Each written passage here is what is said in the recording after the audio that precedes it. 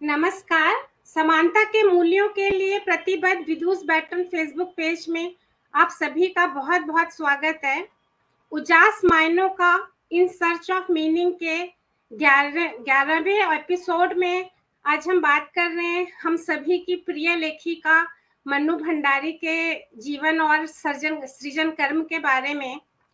आप सभी जानते हैं कि उजास मायनों का इन सर्च ऑफ मीनिंग कार्यक्रम में वो लोग जिनका शब्दों से एक ईमानदार रिश्ता है, ऐसे विद्वजन, ऐसे साहित्यकर्मी आके उन उन्नत चेतनाओं के बारे में बोलते हैं जिन्होंने शब्दों के जिनकी वजह से शब्दों में मायने हैं, वरना तो गैप इतना ज्यादा बढ़ गया है कि समझ में आता नहीं है कि शब्द का अर्थ है क्या गया है। और मुझे लगता है कि इसके लिए मन्नू भंडारी एक जितना मुफीद नाम है, बहुत ही हिंदी साहित्यकारों में तो वो सबसे ज्यादा अनुकूल नाम है इस बात के लिए, क्योंकि मैं इतने दिनों से इन पे सुधा अरोड़ा, ममता कालिया, हंस के कार्य में बलवंत कौर जी और कल ही उनको विजया सती को उनके अध्यापन के अनुभव में जिसको भी सुना, हर किसी को हमने पाया कि वो उनके कथनी और करनी की एकता पे, व्यक्तित्व के इस आयाम पे हर किसी ने फोकस किया। तो इस दृष्टि से हम देखते हैं कि हिंदी रचनाकारों में वो बहुत ज्यादा पात्रता इस बात के लिए कि हम लफ्जों का क्या अर्थ होता है ये उनके आचरण और जीवन से समझ सकें। ये बहुत अच्छा नामिक हो सकता था। मैं बात थोड़ी सी लंबी खींच रही थी अपनी वक्ता के इंतजार में, तो अब वो आ गई हैं। तो हमारे पास इनके लिए बात करने के लिए बहुत ही अपने समय के साहित्य और सरोकारों से निरंतर जुड़े हुए और मन्नू भंडारी जी की रचनाशीलता और जीवन से आत्मीय ढंग से जुड़े हुए 3 महत्वपूर्ण नाम हैं। तो मैं शुरू करती हूँ डॉक्टर संतोष गोयल जी के साथ। बहुत बहुत स्वागत है संतोष गोयल जी आपका। जी नमस्कार। नमस्कार। आपके मन्नू भंडारी जी से मैत्री भी है पूरा का पूरा, मतलब लगभग 2 साल पहले, शायद ये 2 साल के गैप के आगे पीछे इन्होंने ज्वाइन किया, तो एक लंबा समय ये मिरांडा हाउस में इन्होंने उनके साथ पढ़ाया है। उनके बहुत सारे जीवन के प्रसंगों के साथ इनकी घनिष्ठ संबंध रहे हैं। त्रैमासिक पत्रिका हम कलम की ये संपादक हैं। गुरुग्राम और दिल्ली में साहित्यिक गतिविधियों में आज भी ये बहुत सक्रिय हैं और एक मासिक साहित्यिक गोष्ठी भी संचालित करती हैं। अनेक पुरस्कारों और सम्मानों से सम्मानित डॉक्टर संतोष गोयल का रचना संसार बहुत विस्तृत है, जिसकी सूची हमने पोस्ट में डाल दी है। कहानी, उपन्यास, कविता, आलोचना विधाओं के अलावा इन्होंने अनुवाद और संपादन के भी महत्वपूर्ण काम किए हैं। अंग्रेजी में भी ये लिखती हैं।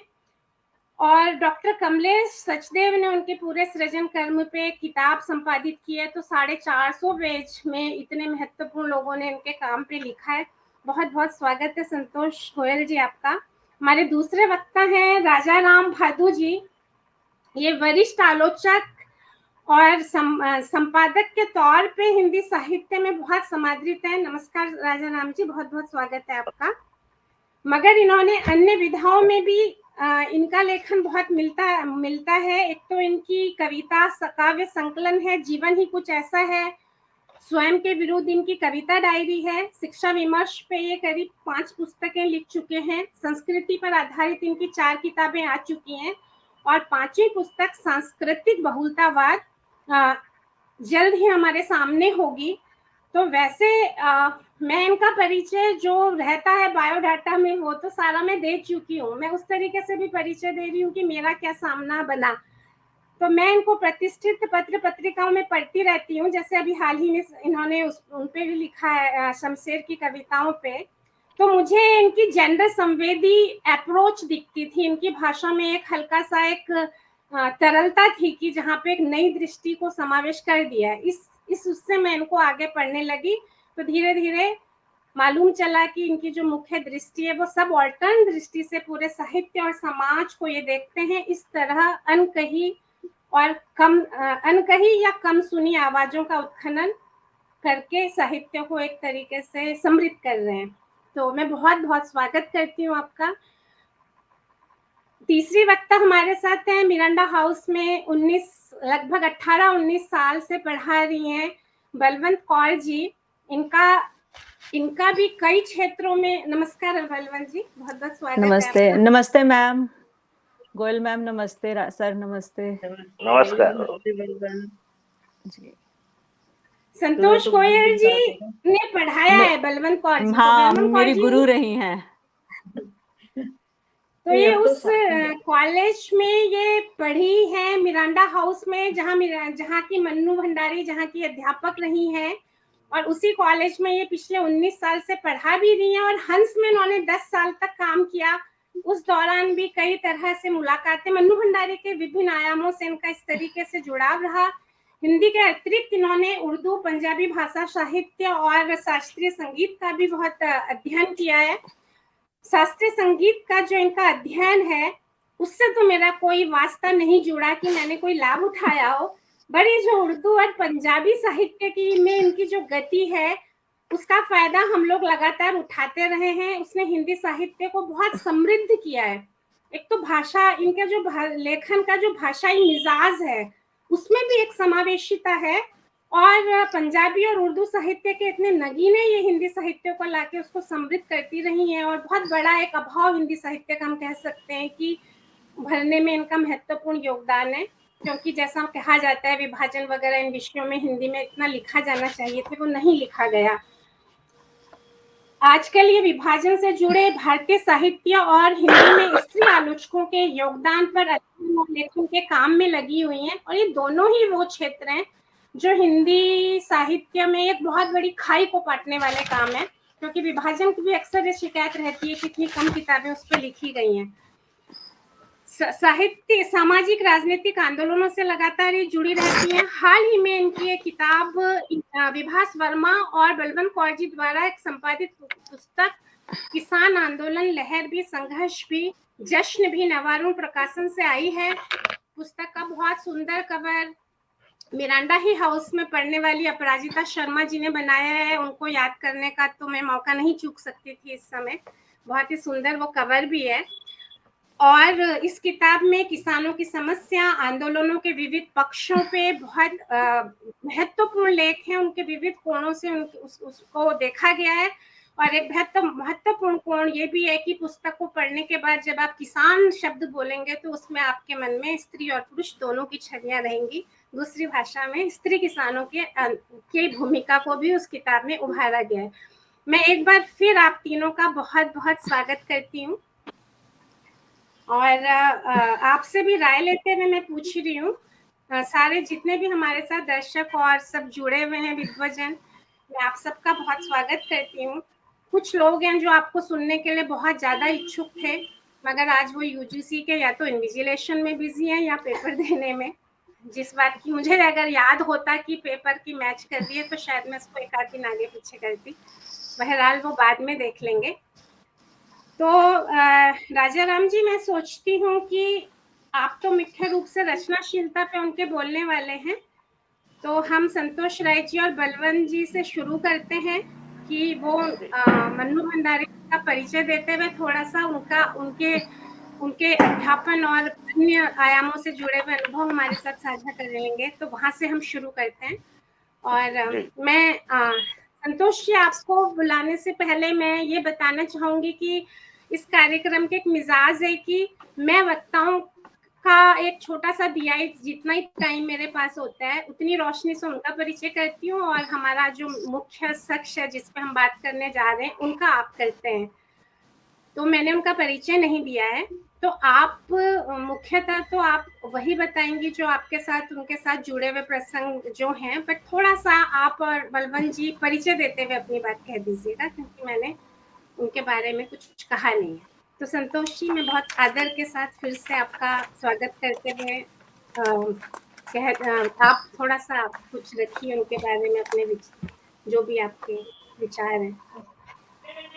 धन्यवाद विदुज। आपका नाम विदुज है ना? मैंने ठीक बोला है? रश्मि है इनका नाम मैम। ये विदुज बैटन क्या लिखा है रश्मि जी? मेरी आवाज पहुंच रही है? मेरी आवाज आ रही है? रश्मि, गोयल मुझे संतोष तो कम मैम आ पूछ रहे कम आ आपसे रही बात कर रही हैं। मुझे तो आवाज कम आ रही है। कम आ रही है, अब मैं कैसे करूं? मैंने तो माइक ऑन किया हुआ है। और पास आके बोलूं कहीं? बोलिए, वैसे आ रही है, आ रही है आ वैसे। रही अब है? अब ठीक है। आप सबके पास आ जी रही जी है? यस हाँ जी, ठीक राजा राम है, जी और बिल्कुल बलवंत आ रही है, तुम्हारे पास? आ रही है मैडम। बिल्कुल आ रही हाँ है बोलिए, मैम। बोलिए आप। हाँ, रश्मि जी, बहुत खूबसूरत प्रोग्राम है और बहुत खूबसूरत नाम है। मुझे ये नाम इसलिए अच्छा लगा कि शब्दों में अर्थ ढूंढने की बात जो प्राय गायब रहते हैं, हम एक शब्द बोलते हैं और उसके पीछे जाने कितने अर्थ जुड़े होते हैं, उन सब से अलग हटकर एक साधारण शब्द के साधारण अर्थ को लिखने वाले लोग कम होते जा रहे हैं। उनमें मन्नू जी का नाम आपने लिया तो मुझे बहुत अच्छा लगा। मन्नू जी की बात मैं करूं तो सबसे पहले मुझे याद आता है कि उन्होंने सन 64 में कॉलेज ज्वाइन किया था और मैंने सन 66 में। 11 अगस्त को मुझे कॉलेज ज्वाइन करने आना था। 11 अगस्त को जब मैं आई तो आप यकीन नहीं करेंगे, और शायद मैं भी नहीं इतना करती हूँ, कि मैं उस दिन सचमुच नर्वस थी। क्योंकि एमए करने के बाद, घर गृहस्थी बसाने के बाद, कहीं उसमें डूबे हुए अचानक से कॉलेज ज्वाइन करना, कॉलेज में आना, और वो भी मिरांडा हाउस की जो हमने इधर उधर उड़ती हुई बातें सुनी थी, उन सब के बीच में खुद को आकर के कॉलेज में जज्ब करना, तो मैं वाकई में नर्वस थी और मेरे, जिसे कहना चाहिए, पाँव लरज रहे थे। और उस मुंह पर बहादुरी का ठप्पा लगाए हुए मैं कॉलेज में घुस गई थी। और वहाँ डिपार्टमेंट के सभी लोग थे, जिनमें से सब पर नमस्ते नमस्ते करते हुए मेरा ध्यान किसी पर नहीं गया, और किसी पर गया भी तो सिर्फ उन पर जो मुझे क्लास में लेकर गई थी। वो थी शकुंतला शर्मा जी, जो मुझे क्लास में छोड़ के आई और कहा कि ये क्लास है तुम्हारी, अब इनसे परिचय लो और आगे से अपना ये टाइम टेबल संभालो और ये क्लासेस लेते रहना। मैं पहली क्लास लेकर आई तो थकी हुई, पसीने से तर ऐसे लग रहा था। अगस्त का महीना था, इतनी गर्मी भी नहीं थी, पर पता नहीं क्यों, शायद नर्वसनेस मेरी उठ के आई थी कि मैं कमरे में घुसी तो मन्नू जी खाली बैठी थी, बाकी सब क्लास में थे लोग। मन्नू जी ने उस दिन पहली बार ही बात करते ही जैसे मुझसे प्यार से कहा कि आओ बैठो, यहाँ बैठो कुर्सी पर, और घबराओ नहीं, अब ये तुम्हारा कर्म क्षेत्र है, यहीं पर तुम्हें काम करना है, हम सब तुम्हारे साथी हैं और हमसे कोई घबराने की जरूरत नहीं है, अपने आप को शांत करो। ये उन्होंने कहा और मेरे अंदर सचमुच में शांति आती चली। ये सिर्फ पहली प्रतिक्रिया थी जो मुझे मन्नू जी से मैं रूबरू हुई, उनको देखा, उनकी तरफ शक्ल को देखा, उनको एक तरह से अपनाया मैंने भी। उन्होंने तो अपना ही लिया होगा, उनमें तो वे खूबियां बहुत ज्यादा थी जो मुझे धीरे धीरे बाद में समझ में आई। पहले तो नहीं, हाँ, बाद में समझ में आया कि मन्नू जी एक मेरे साथ नहीं, सभी के साथ इसी तरह से अपना अपनत्व से बात करती हैं, अपनत्व से लिखती हैं। अपनत्व उनके सारी चीजों के बीच में, उनके साहित्य में भी दिखाई पड़ता है। खैर, उस दिन से मन्नू जी से परिचय शुरू हुआ। फिर धीरे धीरे मैं भी खुलने लगी, बात होने लगी। और एक दिन कमरे में बैठे हुए ऐसे ही उनकी एक कहानी जो कहीं स्कूलों में थी शायद, और मैंने बचपन में पढ़ी थी और मेरे दिमाग पे जिसका बहुत प्रभाव था, वो थी कमरा कमरे कमरा। और आप मानेंगे कि कमरा कमरे कमरा मेरे लिए बहुत आकर्षण का विषय थी। मुझे लगता था कमरा कमरे कमरा का मतलब क्या है। जब मैंने उसे पढ़ना शुरू किया था, जब पढ़ चुकी तो मुझे समझ में आया कि क्या अच्छा कथ्य है और कितनी बारीक पकड़ है इस लेखक की, जिनको मैं तब नहीं जानती थी जब मैं छोटी थी। तो इनकी कितनी पकड़ है। और उस दिन वो कहानी मैंने उनके साथ डिस्कस डिस्कस क्या की, मैंने ये बताया कि मुझे कितनी पसंद है वो कहानी, और मुझे इंसान की जिंदगी की पूरी गाथा उसमें जुड़ी हुई है। इंसान कहाँ एक कमरे से शुरू करता है या एक कमरे के कोने से शुरू करता है, और फिर वो कमरों में पहुंचता है और बहुत सारे बड़े घर का जो स्थायी बन जाता है, और फिर अंत में फिर एक कमरे में पहुंच जाता है, और उस कमरा वही कोना उसकी फिर जिंदगी बनता है। तो इंसान की जिंदगी की पूरी गाथा उस कहानी में थी, जो मैंने बड़े अच्छे से उनसे डिस्कस की। उन्हें बताया कि मुझे कितना प्रभावित किया है इस कहानी ने। और वो बड़े आराम से, हाँ, संतोष कभी-कभी लिख ही जाती है, ऐसे ही लिखती हूँ मैं, बस कहानी ऐसे ही बन जाती है, मुझे नहीं पता कैसे बनती है। ये उनका दूसरा प्रभाव था जो मुझ पर पड़ा। मैंने कहा एक बड़ा लेखक और इतनी अच्छी कहानियाँ लिखने वाला, इतना सिंपल, इतना सामान्य, इतना साधारण, कोई उसमें मैं नहीं, कोई कुछ नहीं, बड़े आराम से उन्होंने कह दिया कि हाँ, कहानी तो ऐसे ही लिखी जाती है, बस ऐसे ही लिख दी, कभी लिख दी गई। पता नहीं कहानी लिखी कैसे जाती है। बड़ा अपने आप को, कोई अहम नहीं, कोई ईगो नहीं, कहीं ये नहीं कि मैं एक बहुत बड़ी लेखिका हूँ, कहीं ये नहीं कि कहानी की बहुत तारीफ हुई है। हमारे यहाँ ज़रा-सी तारीफ हमारी बात की हो जाती है तो हम गदगद होकर के वो होने लगते हैं, और उन्होंने बड़े आराम से ये सब बातें मानी और कही। यहाँ से शुरुआत हुई एक तरह से। मन्नू जी मेरे लिए मन्नू जी नहीं रही, मन्नू दी बन गई। मुझे लगा कि ये तो बहुत महान लेखिका हैं, बहुत अच्छा लिखती हैं, और इनसे तो मैं बहुत कुछ सीख सकती हूँ, मुझे सीखना चाहिए। ये शायद हम सबकी आदत होती है। हम सब जो ख़ास तौर पर टीचिंग के जॉब में आते हैं, उन सब की आदत होती है कि कोई ज़रा-सी भी चीज़ हो तो हम उसे सीखना चाहते हैं। ये शायद हमें बचपन से हमें सिखाया जाता है, या हमारे बचपन से हमारे भीतर ये डाला जाता है कि असली ज्ञान यही है कि आपको जब मौका मिले और जब आपको कोई चीज़ नई दिखाई दे, आप उसे डिक्शनरी में अर्थ देखिए, आप उसका इस्तेमाल देखिए, उसे समझिए, उसे अपने जीवन में लाने की कोशिश कीजिए। और अब मैंने भी धीरे-धीरे अपने आप को उनके हिसाब से ढालना शुरू किया। तो यहाँ पर जो शब्द मेरे दिमाग में आते हैं कि वो सरल, सहृदय, अपनत्व वाली मन्नू जी किस तरह धीरे-धीरे मेरे लिए मेरी मेंटोर बन गई, और मैं कैसे उनके ऊपर उनकी बातों को सुनने लगी और कैसे चलने लगी, ये सब अनजाने में था। मेरी आदत भी नहीं है कि मैं बहुत सब लोगों के सामने अपने आप को बहुत वोकल करूँ, बहुत ज़्यादा नहीं बोलती। तो मैंने कभी शायद नहीं कहा होगा डिपार्टमेंट में भी किसी से कि मेरे ऊपर ये प्रभाव है, पर था वो प्रभाव। आज अगर मैं सोचती हूँ तो वो था। अब धीरे-धीरे हम विभाग में जुड़ने लगे। विभाग के लोग अब अपने बनते चले गए। अब घर, गृहस्थी, बच्चे, वो सबके साथ में हमारा कर्म क्षेत्र भी बहुत महत्वपूर्ण हो चुका। वह कर्म क्षेत्र था हमारा कॉलेज। मन्नू जी से ही प्रेरणा पाकर के मैंने कुछ कहानियाँ जो मैं लिखती थी, ऐसा नहीं है कि कहीं पहली बार लिखी थी, मैं लिखती थी, मैंने उनके बारे में सोचना शुरू किया।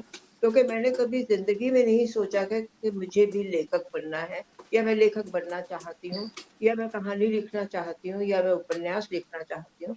ऐसा कुछ नहीं सोचा था, सिर्फ़ ये दिमाग में तो ज़रूर था कि मुझे अपने पैरों पे खड़े होना है, इतना पढ़ना है कि मैं अपने पैरों पे खड़े होकर के एक अच्छे जॉब करूँ, बिना जॉब के ना करूँ, इतना सिर्फ सोचा। तो मैंने एक कहानी मेरे पन्नों में पड़ी हुई थी पिछले 5-6 साल से, उसका मैंने नामकरण किया, सामने वाला आदमी। और मैंने बिना किसी को बताए हुए, ये डरते हुए कि मैं कोई बहुत अच्छी कहानीकार तो हूँ नहीं, लिखती नहीं हूँ ऐसा कोई, मैंने वो कहानी साप्ताहिक हिंदुस्तान में भेज दी, और खुदा ना खास्ता वो छप गई। और उसका पता भी मुझे किसने दिया कि मैं मॉडल टाउन में रहती थी। मॉडल टाउन में मेरा घर था 4/11। 4/11 ए में प्रोफ़ेसर रामदलश मिश्र रहते थे, जो यूनिवर्सिटी में प्रोफ़ेसर थे। मैं उन्हें जानती थी, उनसे नमस्ते दुआ तो होती थी, और अंदर एक घबराहट थी कि भई ये प्रोफ़ेसर हैं, मैं तो अभी कॉलेज में नई-नई आई हूँ, मेरे को तो अभी कुछ आता-जाता नहीं है, मैं इनसे क्या बात करूँ? ये झिझक भी थी। हालाँकि मैं इतना झिझकने वाली लोगों में से नहीं हूँ, पर उस समय का अपना बता रही हूँ कि उस समय मेरे अंदर कुछ कमियाँ जो रही होंगी, उनमें से एक ये भी थी। तो उन्होंने मुझे सुबह-सुबह बाहर आकर, ग्राउंड फ्लोर पे ही थे हम लोग, बाहर आकर चौक में से आवाज़ लगाई, संतोष गोयल। मैं बाहर आई तो मैंने कहा पता नहीं आज क्या हो गया? अब मुझे क्या डाँट पड़ रही है, मैंने क्या गलती कर दी? तो डॉक्टर साहब बड़े मुस्कुराते हुए उन्होंने कहा, देखो संतोष, तुम्हारी कहानी छपी है साप्ताहिक हिंदुस्तान में, और इतनी अच्छी कहानी लिखती हो तुमने तो मुझे कभी बताया ही नहीं कि तुम कहानी भी लिखती हो। अच्छा तो खैर, अब जो भी है, तुम इस कहानी को तो लो और लिखती रहो, आगे से कहानियां लिखती रहना और मुझे बताती रहना, मुझे दिखाती भी रहना, मैं उस पर कमेंट भी करूँ। जब उन्होंने इतनी तारीफ की तो सचमुच में मैं कह रही हूँ कि मन्नू जी ने तो बड़े आराम से जवाब दे दिया था कि हाँ हाँ, कहानी तो ऐसे ही बन जाती है, मैं लिख लेती हूँ। मैं तो खुश हो गई कि मेरी तो पहली कहानी छप गई और इतनी अच्छे पत्रिका में छप गई, और उसकी डॉक्टर साहब ने तारीफ कर दी, जो इतने बड़े लेखक, कहानीकार और इतने कथाकार हैं और यूनिवर्सिटी के प्रोफेसर हैं। तो मुझे तो बहुत प्रसन्नता हुई, लेकिन वो प्रसन्नता को दबा के रख के मैं कहानी की कोई बात कॉलेज में जाके मैंने उस दिन नहीं करी। अगले दिन मन्नू जी को कहीं से साप्ताहिक हिंदुस्तान मिला, उन्होंने वो पढ़ी और वो उन्होंने डिपार्टमेंट में आकर के पकड़ के मुझे ऐसे हाथ से पकड़ा और पकड़ के कहा, अरे तुम इतनी अच्छी कहानी लिखती हो, तुम्हारी कहानी छप भी गई और तुमने बताई भी नहीं, और ऐसे गले से यो मिली, और इतने प्यार से उन्होंने मुझे मेरी कहानी की बात करी कि मुझे लगा कि मुझे तो 2 लेखकों का आशीर्वाद मिल गया। अब तो कुछ हो ही नहीं सकता, अब तो मुझे लिखना ही पड़ेगा।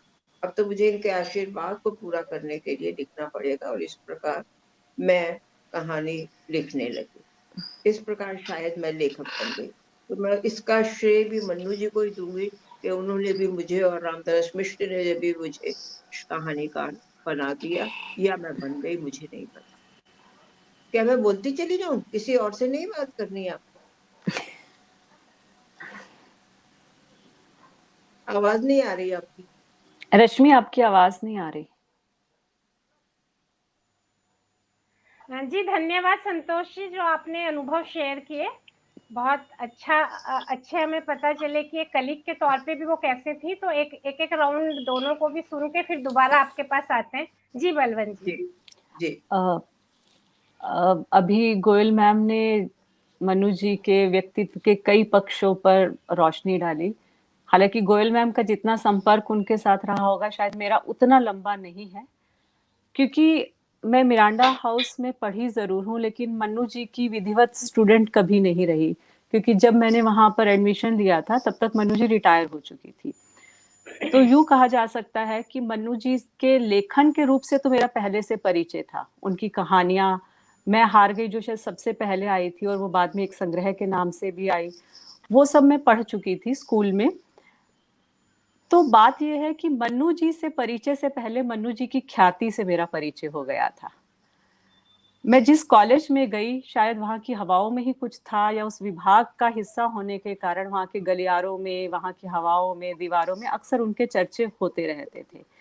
तो मन्नू जी की ख्याति मेरे हिस्से में पहले आई और मन्नू जी से परिचय बाद में आया। एडमिशन लेने के कुछ दिन के बाद एक पारिवारिक मित्र से मुलाकात होने पर उन्होंने पूछा, किस कॉलेज में गई हो? तो मैंने कहा, मिरांडा हाउस में। अच्छा, मन्नू भंडारी के कॉलेज में?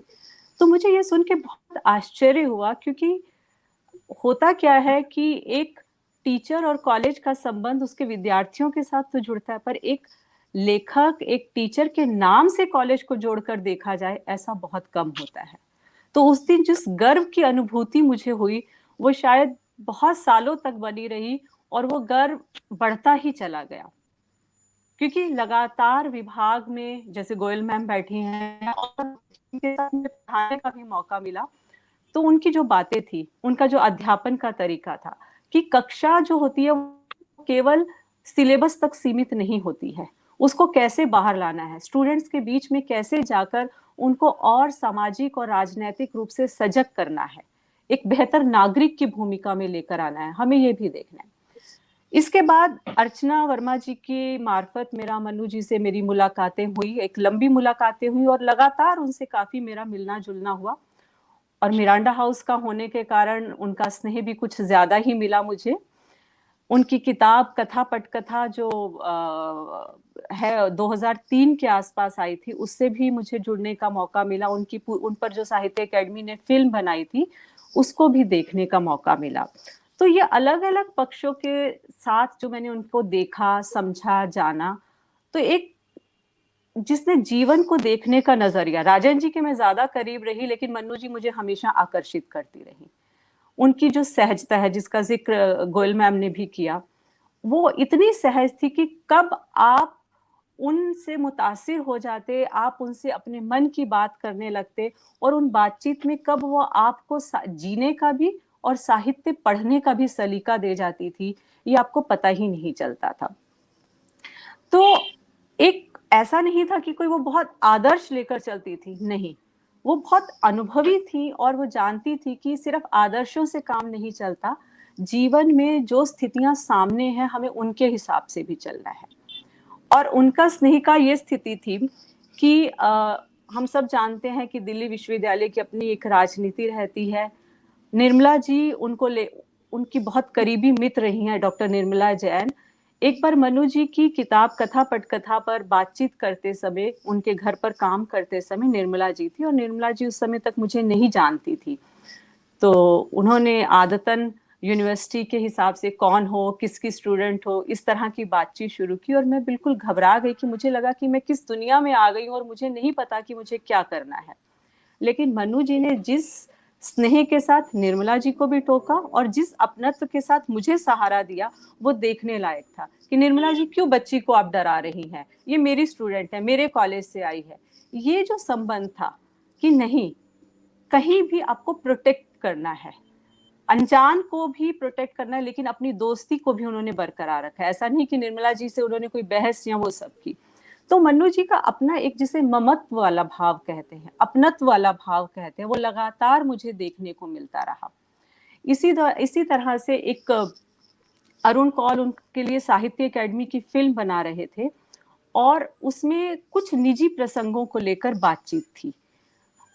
मन्नू जी की कहानियों को पढ़ते हुए जो सहजता आपको देखने को मिलती है, जो पारदर्शिता आपको देखने को मिलती है, वो शायद उनके व्यक्तित्व की ही देन है, या मैं ये कहूँ कि उनका व्यक्तित्व उनकी कहानियों में और उनकी कहानियां उनमें समाई हुई थी।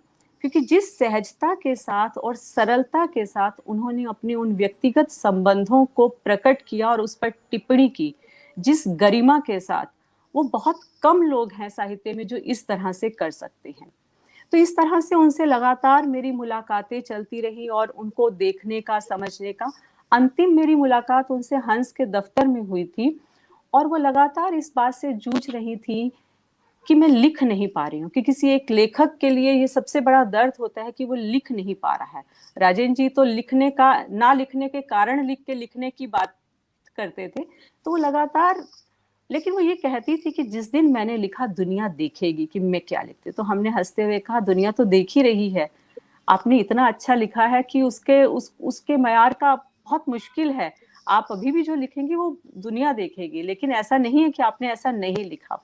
लेकिन वो टीस जो थी वो उनके साथ ही चली गई, वो टीस उनके अंदर ही दबी रह गई, और वो लगातार इससे जूझती रही, जिसे राइटर्स ब्लॉक कहते हैं, क्योंकि उनकी अपनी कुछ शारीरिक समस्याएं भी थी। तो वो चली गई, लेकिन उनका जो लेखन है, वो लेखन हवाओं में है, वो रजनीगंधा के फूलों की तरह आज भी महक रहा है, क्योंकि रजनीगंधा, यही सच है, फिल्म पर उनकी जो कहानी है उस पर फिल्म भी बनी थी। तो मनु जी के कई पक्ष थे, और उन पक्षों को जब जब मैंने देखा तो मुझे यही लगा कि ये तो एक मेरा व्यक्तिगत संबंध है, कि प्रेम है, अपनत्व है, वो मुझे लगातार एक संरक्षण दे रही हैं, सिखा रही हैं। क्योंकि एक बार उन्होंने कहा कि कहानी में कथ्य और शिल्प को लेकर मैं कुछ अलग तरह से सोच रही हूँ। तो मैंने कहा क्या हुआ, आजकल तो बहुत शिल्प के नाम पर प्रयोग हो रहे हैं। तो उन्होंने कहा लेकिन शिल्प पर, जब कथ्य पर शिल्प प्रभावी हो जाएगा तो कहानी कहानी नहीं रह जाएगी, जब तक हम उसको कन्वे नहीं करेंगे दूसरे तक।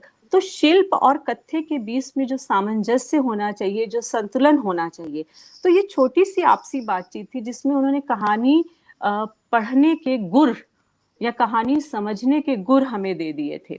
इसी अगर मैं महाभोज याद करती हूँ तो महाभोज की भूमिका में उन्होंने भूमिका में एक साहित्यकार का जो दायित्व होता है कि एक साहित्यकार को कैसे होना चाहिए, चीजों को कैसे देखना चाहिए, उसकी तरफ उन्होंने इशारा किया। जैसे उन्होंने एक लिखा था उसकी भूमिका में, मैं बस 2 लाइनें पढ़ के अपना समाप्त करती हूँ। अपने जी, जी। व्यक्तिगत दुख दर्द, अंतर्द्वंद या आंतरिक नाटक को देखना बहुत महत्वपूर्ण, सुखद, आश्वस्तिदायक तो मुझे लगता है। मगर जब घर में आग लगी हो तो सिर्फ अपने अंतर जगत में बने रहना या उसी का प्रकाशन करना क्या खुद ही प्रासंगिक, अप्रासंगिक, हास्यास्पद, किसी हद तक अश्लील नहीं लगता? तो ये पूरे उनके लेखन का था कि दरअसल वो अपने लेखन के माध्यम से, लेखन और कला की जिस सामाजिक भूमिका को बना रही थी, वो आज हमारे सामने, और ये उनका बहुत बड़ा योगदान है कि इतने मतलब 12-13 से ज्यादा उनके कहानी संग्रह हैं, उपन्यास है, महाभोज जैसा उपन्यास है, आपका बंटी जैसा उपन्यास है, पर उस सबके माध्यम से भले ही यह भूमिका उन्होंने महाभोज की उपन्यास में लिखी हो, लेकिन उनके पूरे लेखन को अगर हम देखें तो वो जो आधुनिकता के द्वंद हैं या आधुनिक मानस के जो द्वंद हैं, वहां से अगर हम शुरू करें तो हमें लगातार नए नए पक्ष उस पर देखने को मिलते रहेंगे। धन्यवाद बलवंत जी। इसीलिए मुझे लगा था कि अपने संस्मरण के साथ परिचयात्मक टिप्पणी भी आप तीनों में से कोई करे तो वो इतनी बेहतरीन मैं ना दे पाती शायद।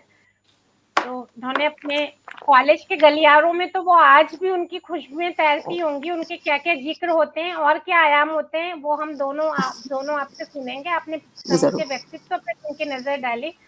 जी राजा राम बहादुर जी, ये प्रोग्राम मुझे ऐसे लग रहा है अपनी अपनी मन्नू टाइप, वो तो एक बहुत बड़ी सेलिब्रिटी टाइप की भी राइटर थी हिंदी में, बिल्कुल इतना ज्यादा पढ़ा सुना जाने वाला कि बहुत कम लोगों को ये मिली है ये ऊंचाई।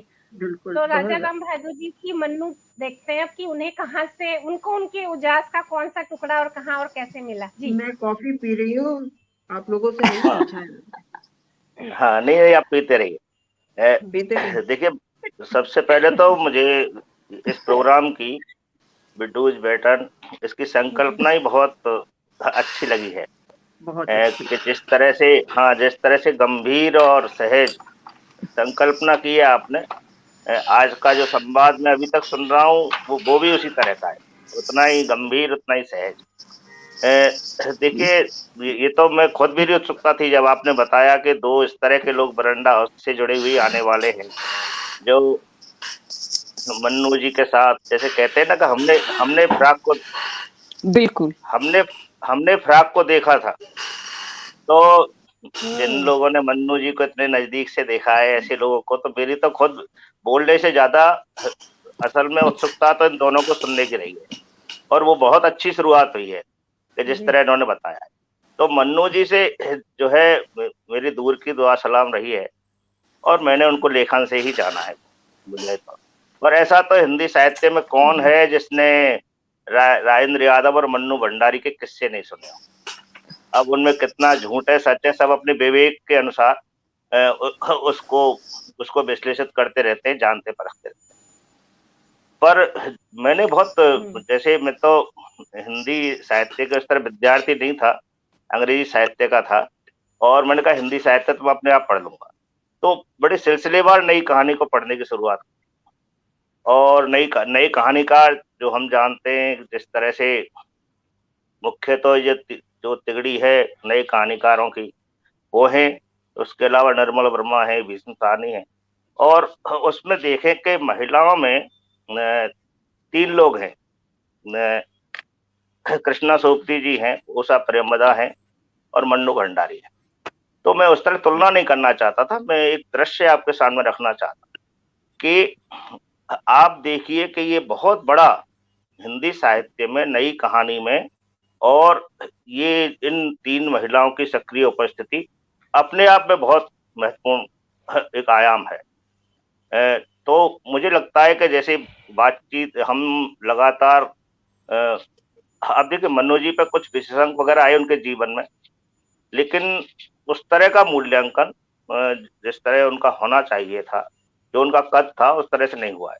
जैसे समय गुजरेगा मुझे लगता है 2 दृष्टि से लगातार लोगों के सामने उनका कद बढ़ता जाएगा, एक रचनाकार के तौर पर, और दूसरा जो है, जो हिंदी साहित्य में और स्त्री विमर्श है उसके मद्देनजर, अगर फेमिनिस्ट पॉइंट ऑफ व्यू से हिंदी साहित्य का जितना विश्लेषण होगा, मैं समझता हूँ मन्नू जी का कद उतना ही ज्यादा बढ़ता जाएगा। वो सिलसिला को शुरू भी हुआ है और वो आगे चलेगा। जिस तरह से वो सब चीजें चल रही हैं वो बहुत ही आश्वस्त करने वाली हैं। तो ये जो दोनों आयामों से आप देखेंगे कि उनकी एक जगह उस तरह का, और मेरी जानकारी में तो ऐसा नहीं है, आप लोग तो बहुत उसके नजदीक रहते हैं, कि क्या हिंदी साहित्य का इस तरह से इतिहास लिखा गया है स्त्रीवादी नजरिए से, जिसमें अलग अलग चरणों में देखा गया, फेजेज में, जैसे कि स्त्री संघर्ष को लेकर के राधा कुमार ने काम किया है, भारत के स्त्री संघर्ष वो सिर्फ फेजेज में देखा राधा कुमार। तो इस तरह फेजेज में हिंदी साहित्य में, और जो फेमिनिज्म का जो चेतना है, स्त्रीवादी चेतना कैसे कैसे विकसित होती गई और कैसे वो चित्रित हुई है, डेपिक्ट हुआ है, डेपिक्शन उसका, इस तरह से अगर हम देखेंगे तो तब आप एकदम से पाएंगे कि नई कहानी में, और ये तीन जो स्त्री रचनाकार हमारे सामने आती हैं, कितनी बड़ी जमीन तैयार कर रही है हमारे लिए। ये वो जमीन है कि उस पर फिर आगे चल के मृदुला गर्ग और ममता कालिया आती जैसी रचनाकार आती, और ये भर वो जमीन है कि जिसमें पूरा स्त्री विमर्श खड़ा होता है, हंस के दौर में, यादव जी के दौर में, जिसमें मैत्री, पुष्पा, अलका सराबी, और फिर अब इतनी बड़ी युवा पीढ़ी आज हमारे सामने महिला रचनाकारों की है। तो एक इस तरह का एक पूरा एक दृश्य मुझे लगता है इस पूरे परिप्रेक्ष्य में देखने की मन्नू जी के काम को जरूरत है। और अब आप ये देखिए कि मन्नू जी से पहले क्या था, मन्नू जी से पहले क्या था, और उन्होंने बाद में उनके पीछे क्या कतारें हैं रचनाकारों की, कितनी समर्थ रचनाकार हिंदी साहित्य में आती हैं, ये देखेंगे तो हम उनके अवदान को हम बहुत अच्छे से जान पाए। और कलात्मक दृष्टि से जो कहानी की जो वस्तु है, आप देखिए कि अभी जो बातें हो रही हैं मन्नू जी के जाने के बाद से, श्रद्धांजलि, आप पहली चीज तो यही है कि सोशल मीडिया पर देखिए, आप अखबार और न्यूज़पेपर में देखिए, मन्नू जी के जाने को जिस तरह से नोटिस किया गया है, जिस तरह से सबने महसूस किया है कि हाँ कोई चला गया, न केवल साहित्य जगत में, जो भी बौद्धिक जगत है हिंदी का, जो थोड़ा कंसर्न रखता है, चिंता रखता है, सरोकार रखता है, उस सबको लगा है कि हाँ कोई चला गया, जो बहुत महत्वपूर्ण था। वो जो तात्कालिक प्रतिक्रिया आती है, एक स्पॉन्टेनियस जो रेस्पॉन्स है, वही आप देखेंगे, तो ये अपने आप में कोई मामूली चीज नहीं है, ये बताता है। और उसके बाद जो उन पर चर्चाएं होने लगी हैं, ये इस तरह के प्रोग्राम में जैसे जिसमें हम बात कर रहे हैं, जो लिखा गया है उन पर, तो दो तीन चीजें बड़े साफ तौर पर सबने अंडरलाइन किया, सबने उनको नोटिस किया। पहली चीज ये कि नए कहानीकारों में, नई कहानी में मन्नू जी का अपना अवदान है जो अलग से नजर आता है, पहली चीज। और उसमें जो वो बताते हैं कि उसमें आपका बंटी अपने आप में एक लैंडमार्क है ना, जो हमारे देखते देखते क्लासिक बन गया है ना। और दूसरा जो है आयाम उसका जाके जुड़ता है महाभूत। हाँ, तो ये इन कम से कम इन तीन चीजों को, और एक और कहीं कहीं जो मन्नू जी को आपकी तरह से जानते हैं, जैसे आपने बताया, इस तरह जानने वाले लोगों ने उनका जो सिनेमा में, टेलीविजन में, उनमें जो कंट्रीब्यूशन है उसकी तरफ भी संकेत किया है।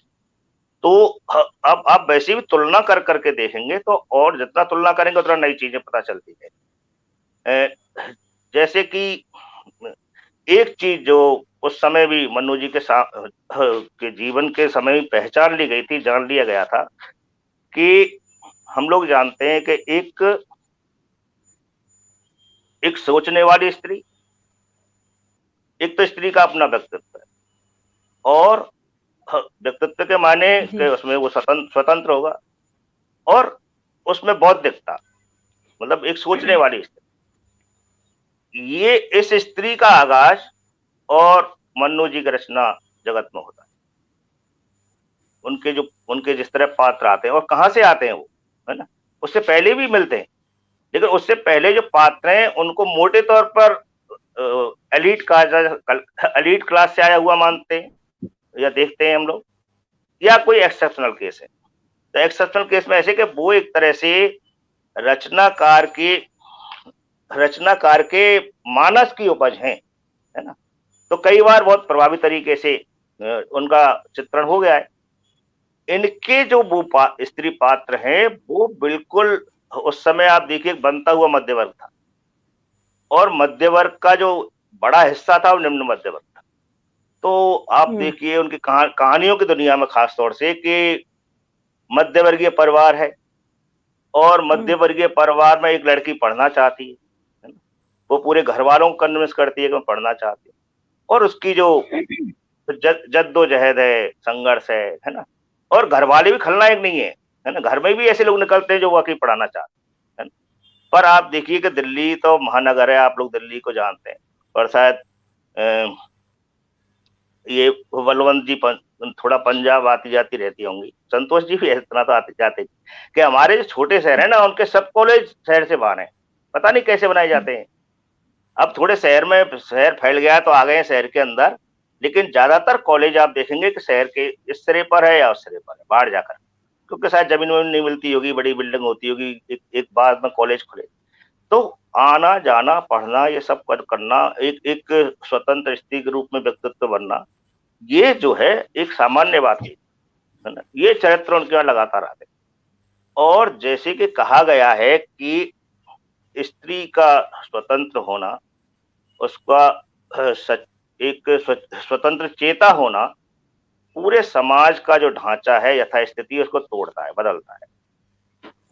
और ये टूटन, ये द्वंद, ये कॉन्फ्लिक्ट, ये संघर्ष उनकी रचना में लगातार आता रहता है। खास तौर से इसने उपन्यासों में त्रिशंकु जैसी कहानी हो या यही सच हो, उसमें ये जो द्वंद पैदा हुआ है, ये द्वंद आप देखेंगे किससे पैदा हुआ, क्योंकि ये तो सब मानते हैं, पूरा फेमिनिस्ट आंदोलन मानता है कि जैसे ही स्त्री खुद में बदलेगी, उसकी अपनी एक व्यक्ति एकता बनने लगेगी, वहीं से समाज का जो ढांचा जो चला आ रहा है, यथास्थिति है वो टूटेगी, ढांचा टूटेगा, नए सवाल, नए प्रश्न और ये सब खड़े हो। इस सब के बावजूद आप वहां देखिए कि और जो मन्नू जी कहाँ खास हो जाती कि जो संतोष जी ने कहा कि एक अपनापन तो उनमें अंतर्निहित था और जो उनके रचना कर्म में भी है, तो उनके आप देखेंगे कि कैसे उनका जो ट्रीटमेंट है पात्रों के साथ, है ना, कितना गहरा, कैसा तादाम है ना? एक डायलेक्टिक भी है, वहां भी डायलेक्टिक है, एक दूरी भी है, उनसे वो दूर भी रहती है और उनके पास भी रहती है, पाठक को भी उसके साथ कर देती है। तो इस तरह से एक बड़ा जो है, मुझे लगता है कि मनु जी को बहुत उस तरह से हम देखेंगे तो एक और जो आप देखिए कि कमलेश्वर जी ने लिखना एक तरह से छोड़ दिया, फिर बहुत दिन बाद जाके कितने पाकिस्तान लिखा। यादव जी का छूट गया, उन्होंने हंस में बहुत बड़ा काम किया, लेकिन लिखना उनका उस तरह छूट गया। मोहन राकेश नाटकों की तरफ चले गए, निर्मल जी जरूर लगातार सक्रिय रहे, विचार की तरफ भी गए, और मन्नो जी का जो बात का राइटिंग है उसमें महाभोज आता है। महाभोज को आप देखिए कि कई तरह से व्याख्यात किया जा सकता है। हिंदी के थोड़े से पॉलिटिकल उपन्यासों में महाभोज पहली चीज ये, और उसका बैकड्रॉप देखिए, उसका बैकड्रॉप बिल्कुल अलग है, पूरे मन्नो जी के तमाम लेखन से बिल्कुल अलग है उसकी पृष्ठभूमि। और जिस समय दलित विमर्श की आहट भी नहीं थी हिंदी साहित्य में, उस समय वो दलित क्वेश्चन को उठाता है और सीधे सीधे सत्ता और बिल्कुल जो वंचित वर्ग हैं और सत्ता है उसके बीच में जो कंट्रडिक्शन है, कॉन्फ्लिक्ट है, और जिस तरह की हिंसा, मतलब हिंसा का चित्रण हिंदी साहित्य में, खासा साहित्य में हिंसा का बहुत विश्वसनीय प्रमाणिक चित्रण बहुत दुर्लभ मिलता है, बहुत कम है ना। तो ज्यादातर हिंसा को वर्णन में डाल देते हैं नैरेटिव में कि हो चुकी है हिंसा, होते मतलब उस तरह का ऐसी हिंसा जो हिला दे, आपको उद्वेलित कर दे, और वो एक स्त्री रचनाकार ला रही है। तो ये अपने आप में मतलब कोई साधारण बात। तो मुझे लगता है कि महाभोज पर एक फिर से नए सिरे से पाठ होना चाहिए। जब हम इतना आगे बढ़ गए हैं आज पूरे साहित्य में, तो जब महाभोज लिखा गया था उसको ध्यान में रखते। तो अभी तो ये कुछ एक बेतरतीब से ख्याल मुझे आ रहे थे, आपको सुनते सुनते तो शेयर किए, आगे कुछ और बात करते हैं। जी, धन्यवाद राजा राम जी। उनके लेखन ने स्त्री विवंश की जमीन तैयार की, वो भी 3 तिकड़ियां थी, वो आप कुछ कहना चाहती है ना बलवंत हाँ, जी, मैं कहिए। असल में सर ने जो कहा मैं उस विशेषण से पूरी तरह सहमत हूँ। बस 2 बातें उसमें और उसका विस्तार ही समझ लीजिए, मतलब उसमें ऐड कर रही हूँ, उस पे कोई टिप्पणी नहीं है। एक चीज तो ये है कि नई कहानी के दौर की हमने बात की कि वो तिकड़ी, और 3 नाम तो हम जानते ही हैं, उषा प्रियंवदा, मन्नू भंडारी, कृष्णा सोपता। लेकिन उस समय शिवानी, शशि प्रभा शास्त्री, विजया चौहान और भी कई 2-3 नाम हैं जो लिख रहे थे। ऐसा क्यों हुआ कि उन सब में मनु जी का लेखन अलग ही धर्रे पर हमें नजर आने रखा और एक लंबा विस्तार पाता है। हमें इस तरह से भी अब सोचना चाहिए। शायद हम पहले गलती की कि हम नहीं सोच पाए।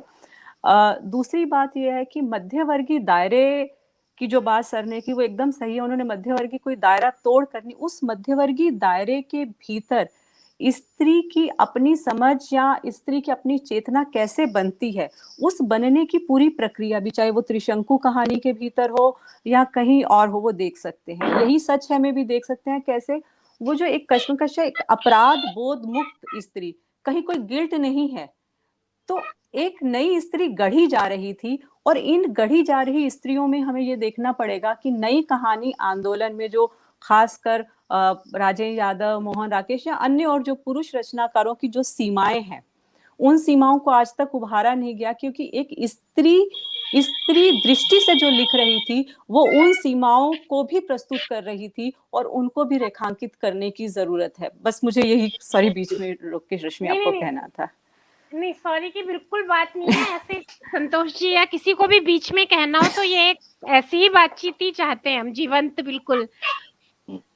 तो और दोनों बलवंत जी, आप बाकायदा असहमति भी आराम से रख सकते हैं, मुझे कोई दिक्कत नहीं है नहीं, पर अपनी फिलहाल कोई असहमति। असहमति थी नहीं, हाँ, मुझे लगा कि नहीं, ये अगर आप ही अगर की होती, बातों में थोड़ा सा। हाँ, अगर होती है तो कोई दिक्कत जी जी।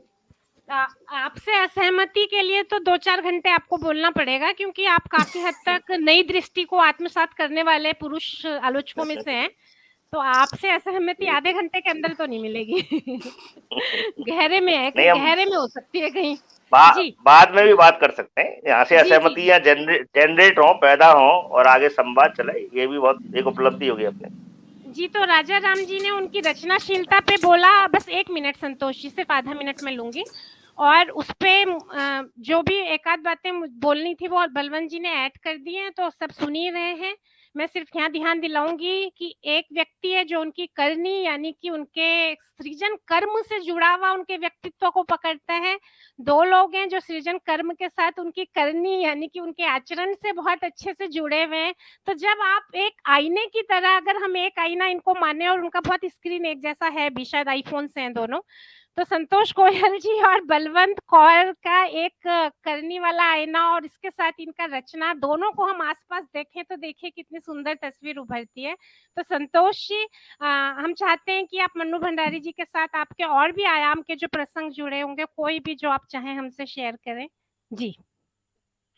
बहुत ज्यादा प्रसंग है। मैं उनसे अक्सर बाद में भी, रिटायरमेंट के बाद जब वो हौस खास थी, तो मैं उनके घर खासा आती जाती थी।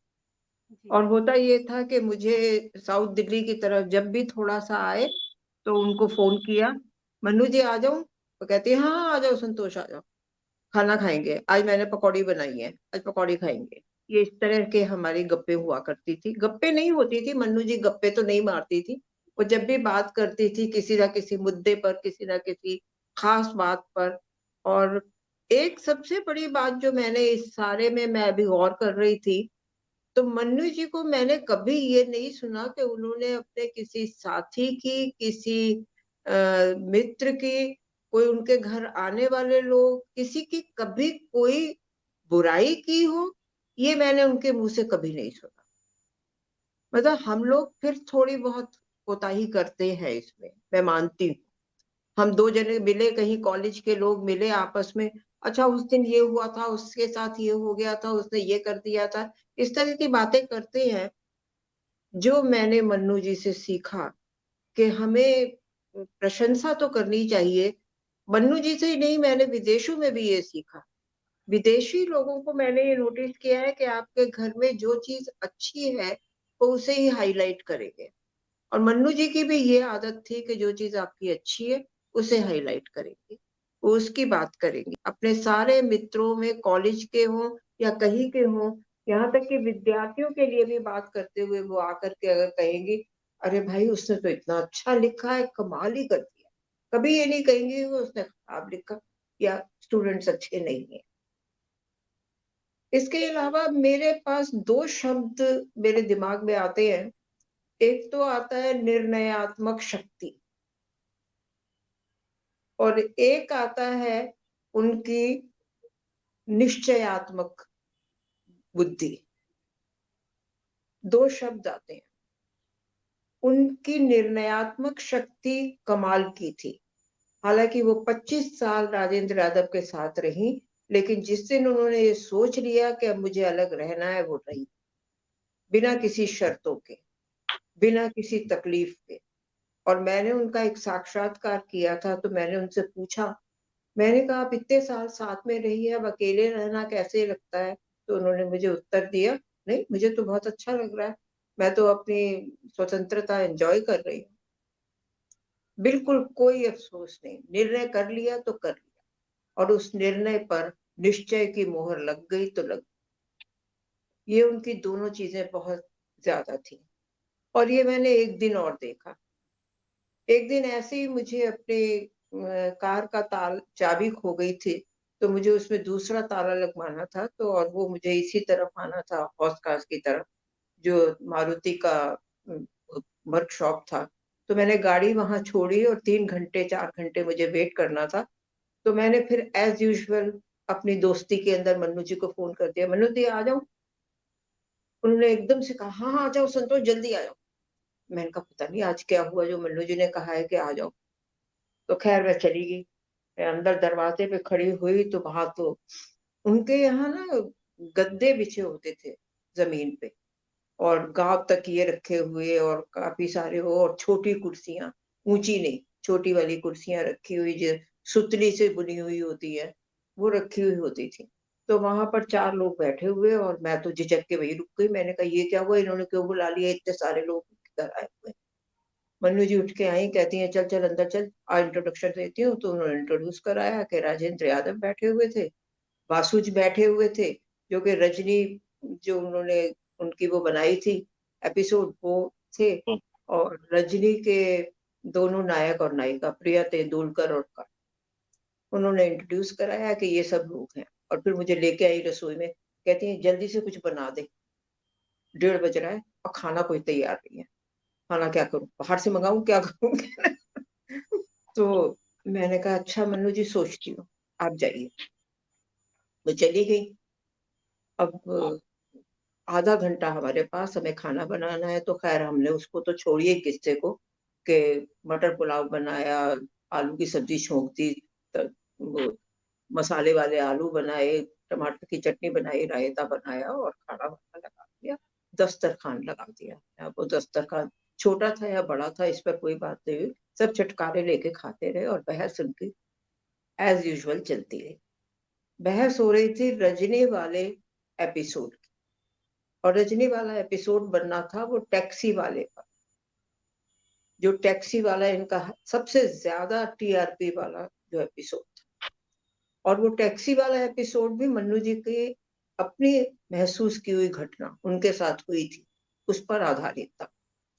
और काफी देर बहस होती रही। तो मैं दूसरे कमरे की साइड पे बैठी थी, ड्राइंग रूम के, उनके बीच में नहीं बैठी थी, वो आराम से अपना डिस्कशन कर रहे और मैं बीच में बोलना पड़ूं, जो कि आदत होती है कि आप बीच में बोल पड़ते हैं। तो मैं उस तरह बैठी थी। तो मैंने ये देखा कि मन्नू जी में, उस दिन मैंने पहली बार महसूस किया कि उनमें समझ कितनी कितने आयामों पर है। मतलब चाहे वो चित्र चित्र हो, चाहे वो एपिसोड्स हो, चाहे वो स्क्रिप्ट राइटिंग हो, चाहे वो एक एपिसोड बनने की बात और पब्लिक की इमेज की बात हो, और चाहे पब्लिक की मांगों को, पब्लिक की डिमांड्स को, पब्लिक को समझने की बात हो, ये सारे के सारे आयाम मन्नू जी के मुझे वहां उस दिन खुलकर मिले। और दूसरी बात मिली अपनी बात पर पक्का, अपनी बात जो उन्हें कहनी थी उस पर वो निश्चित रहे, हटी नहीं वहां से। तब तक नहीं हटी, तब तक बहस करती रही जब तक कि बासु मान नहीं गए कि हाँ आप जो कह रही है ठीक है, आप जैसा चाहती है वैसा ही होगा। तब मैंने ये सीखा कि जिंदगी में ये बहुत जरूरी है। हम तो झट से मान जाते हैं, मतलब मैं अपनी कमियां भी बता रही हूँ साथ में, कि हम तो झट से दूसरे ने कोई सुझाव दिया, अच्छा जी ठीक है सोचेंगे।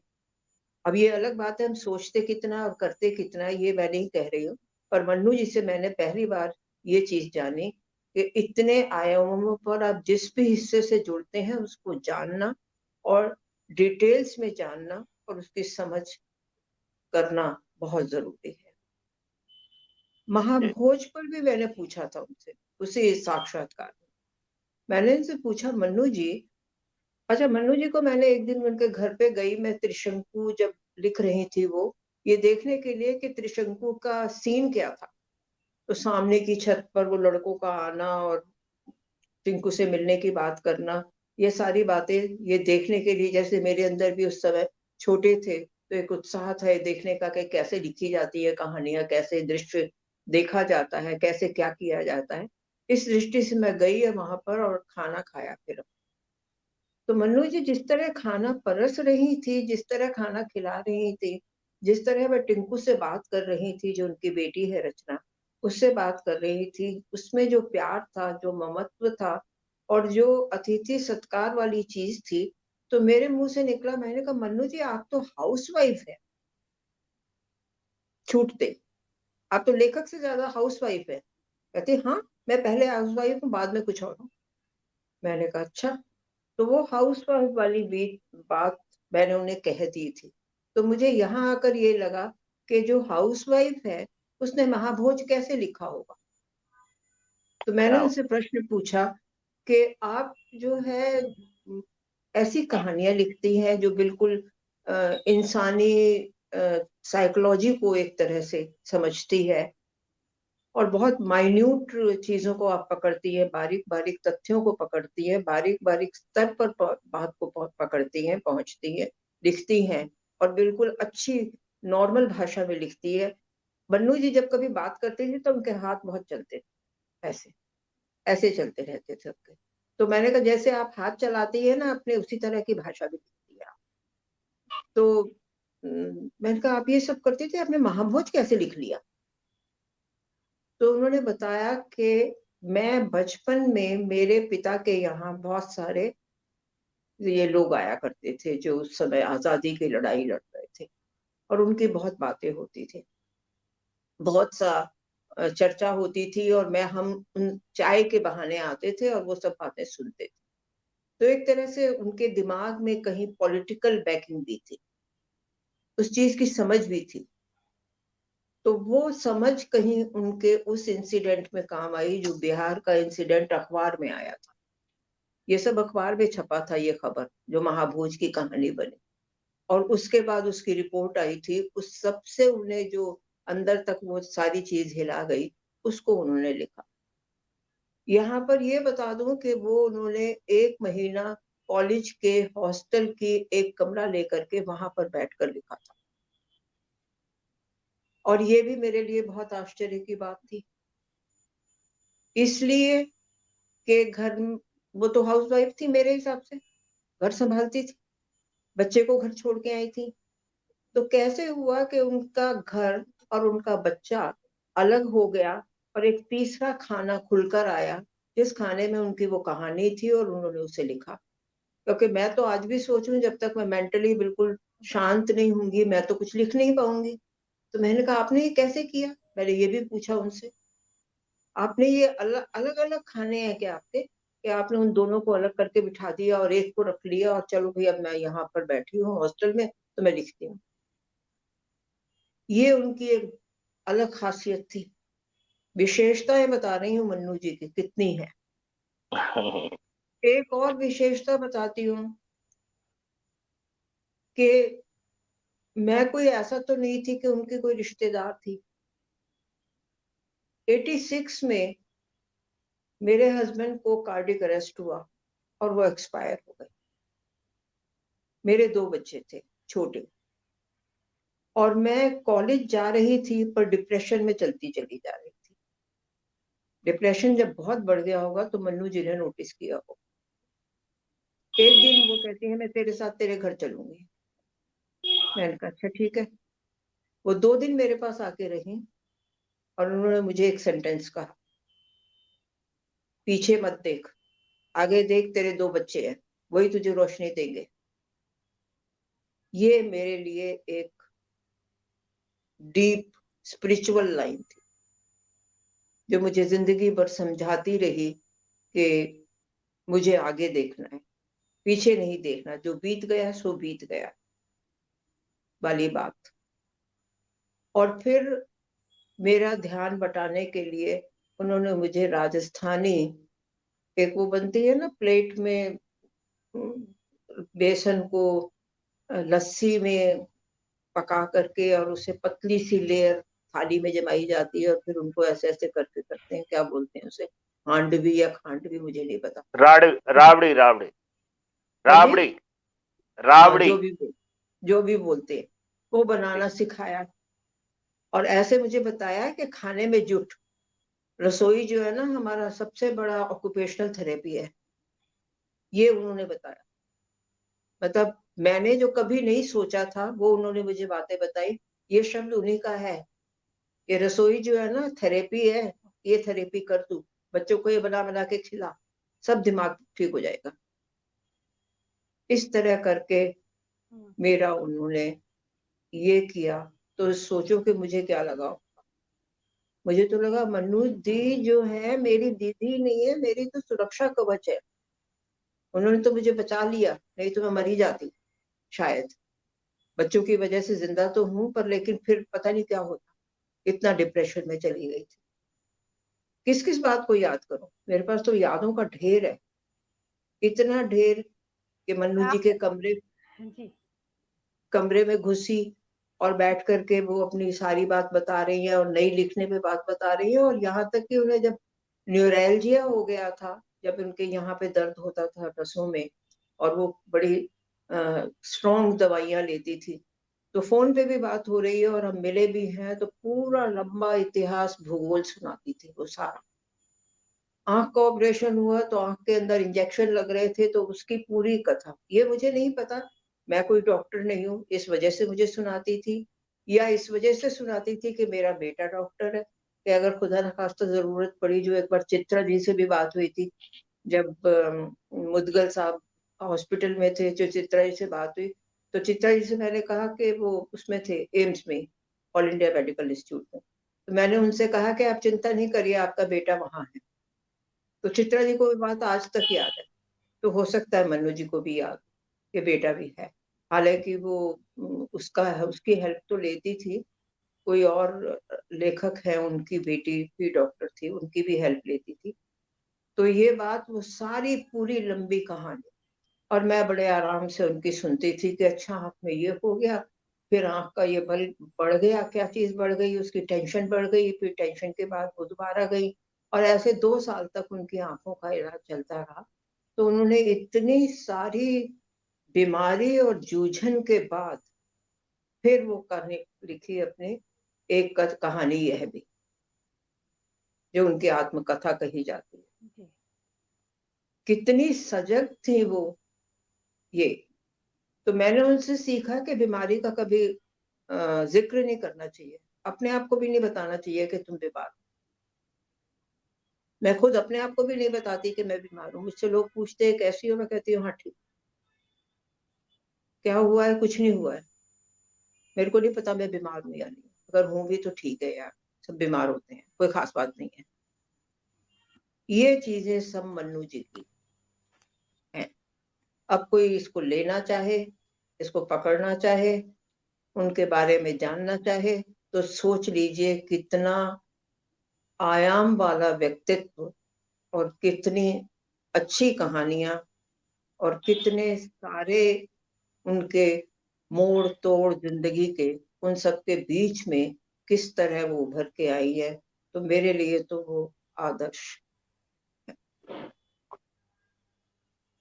बहुत धन्यवाद। बहुत धन्यवाद संतोष जी, आपने उनके इतने आत्मीय प्रसंगों से बिल्कुल सचमुच लग रहा है कि दो आईने साथ में है, तो रचना कर्म की बात हो रही है, तो इतनी जटिलता जीवन की बात हो रही है, तो ऐसे जैसे हम में हमारे बीच में से कोई हो। जब तक मैं मन्नू जी पे एक दो वाक्य बोलूं, उससे पहले मैं अपने अपने जुड़े हुए श्रोताओं से, कुछ महिलाओं से ये बताना चाहूंगी कि उन्होंने कुकिंग को ऑक्यूपेशनल थेरेपी कहा। इस बात को नई जनरेशन तो नोट कर ले, पर जो थेरेपी हमेशा नहीं ली जाती, थेरेपी कभी कभी लेते हैं। हाँ, पता चल रहा है दिन के 12 घंटे, क्योंकि उनको तो कम करने की जरूरत है ना। तो दोनों के लिए इसमें संदेश है, जिनका पूरा दिन किचन में जा रहे हैं वो भी इसे थेरेपी की तरह ही ले। तो मैं ये वो भी फिर बताना ज्यादा हो चाहती जाएगा, थी। फिर उन्हें ऑक्यूपेशनल थेरेपी कहीं और लेनी पड़ेगी। हाँ, वही बताना चाहती हूँ, क्योंकि कुकिंग में 7 घंटे लेने के बाद फिर आपको थेरेपी लेने बाहर जाना पड़ता है, जब रचनात्मक तोष नहीं मिलता। तो मैं आपसे एक दो बातें बस मैं बोलना यहाँ पे बताना चाहती हूँ कि ये तो आत्मीय प्रसंग सबने सुने कि कितनी मानवीय थी, कितनी साफ दृष्टि उनकी थी। दो चीजें, एक उन्होंने संतोष गोयल जी को बोला आगे देखो, एक वासु चटर्जी के बारे में कितनी भी बहस के बाद, तर्क वितर्क के बाद वो उनकी बात में झुकी नहीं। ये दो चीजें हैं कि अगर किसी में आगे देखने का और अपने सही पक्ष में, पक्ष एक तो ईमानदार और उस पर आप टिके हैं, तो इतना बहुत है। जो अभी राजा राम जी कह रहे थे कि स्त्री विमर्श के लिए उन्होंने जमीन खड़ी की, ये दो बातें बहुत हैं। इसके बिना आप स्त्री विमर्श की, आप स्त्री सरोकार की बात कर ही नहीं सकते। क्योंकि जो सबसे बड़ी प्रॉब्लम ये आती है कि कहने को तो लोग अपने आप को स्त्री विमर्शकार बता देते हैं, लेकिन सारी संस्थाओं में जो पुरुष सत्ता बैठी है, वहां जब आप अपना टेक छोड़ के उनकी टेक ले लेते हो, तो हमने स्त्रीवाद का करना क्या है। तो ये एक बात है जो उनको जमीन हमें मिली उनसे बहुत स्ट्रांग, तो उसका एक आधार ये भी है। मैं इसके बाद में बलवंत कौर जी को अभी पुकार जी। एक मिनट, एक बात और कहना चाहूंगी जो मुझे आपकी बात करते करते ध्यान आ गई जी स्त्री विमर्श की बात पर, जी कि वो मानती ही नहीं थी कि स्त्री विमर्श जैसी कोई चीज। उनसे मैंने एक क्वेश्चन भी पूछा था साक्षात्कार में, उन्होंने कहा स्त्री विमर्श क्या मतलब, क्या है स्त्री विमर्श का? अरे भाई, स्त्री जैसा महसूस करती है वो वैसा लिखती है, पुरुष जैसा महसूस करता है वो वैसा लिखता है। अगर पुरुष क्या लिखता, कहता है कि मैं सागर की तरह बड़ा लिखता हूँ, बड़ी चीजों पे लिखता हूँ, और स्त्री बूंद की तरह छोटी चीजों पे लिखती है, तो ना तो बूंद का अस्तित्व कम है और ना ही सागर का अस्तित्व ज्यादा है, दोनों बराबर। जी हाँ जी, ये बात तो वो लगातार बोलती आई है, पर इस पे प्रकाश बलवंत जी और राजा राम जी डालेंगे। अगर मैं बलवंत जी आपको पुकारने से आपको जो भी उनके बारे में प्रसंग शेयर करने हो, आप जो चाहें वो हिस्सा आप उनसे उनका जुड़ा हुआ बताइए। बस मेरा एक छोटा सा प्रश्न ये भी है कि आज की डेट में जब आप मिरांडा हाउस में पढ़ाती हैं या कहीं बाहर, तो आज वहाँ उनकी गलियारों में मन्नू भंडारी के नाम की जो गूंज अभी भी रह गई होंगी, गूंजे अनुगूंजे, थोड़ा सा आज का परिवेश शेयर करने के साथ, फिर आपको जो भी मन करे वो बताइए जी। बिल्कुल। मिरांडा हाउस में तो उनके जैसे वो कभी गई ही नहीं। मतलब वो, जहां तक मुझे याद है, गोयल मैम करेक्ट करेंगी मुझे,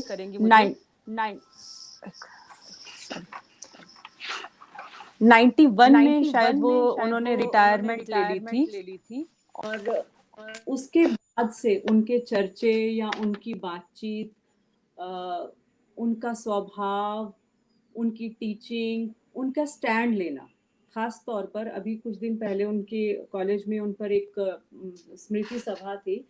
उसमें इतिहासकार उमा चक्रवर्ती बता रही थी कि कोई चीज़ ऐसी कॉलेज में होती थी जिस पर प्रोटेस्ट चल रहा होता, और मनु जी अगर एक बार साइन कर दें तो सब लोग उस चीज़ को मान जाते थे, अथॉरिटीज।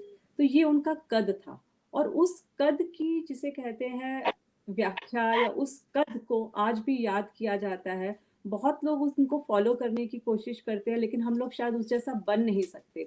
उसका कारण ये है कि उनके जीवन और कला के बीच में कोई बहुत अंतर नहीं था, और हम सब के बीच में हम लोग बाहर कुछ और होते हैं, शायद अंदर कुछ और होते हैं, इस तरह। मुझे याद है अभी गोयल मैम ने रजनी सीरियल की बात की, तो रजनी का जो व्यक्तित्व हमें देखने को मिलता है, दृढ़ता से भरा हुआ, वो अपनी बात कहती है, अपनी बात के लिए लड़ जाती है, सही और गलत के लिए। शायद मनु जी का अपना व्यक्तित्व भी ऐसा ही था। आपकी बंटी जब फिल्म बन रही थी और उस पे नाटक की बात थी, तो कॉपीराइट को लेकर वो बकायदा कोर्ट भी गई थी अपने अधिकारों के लिए।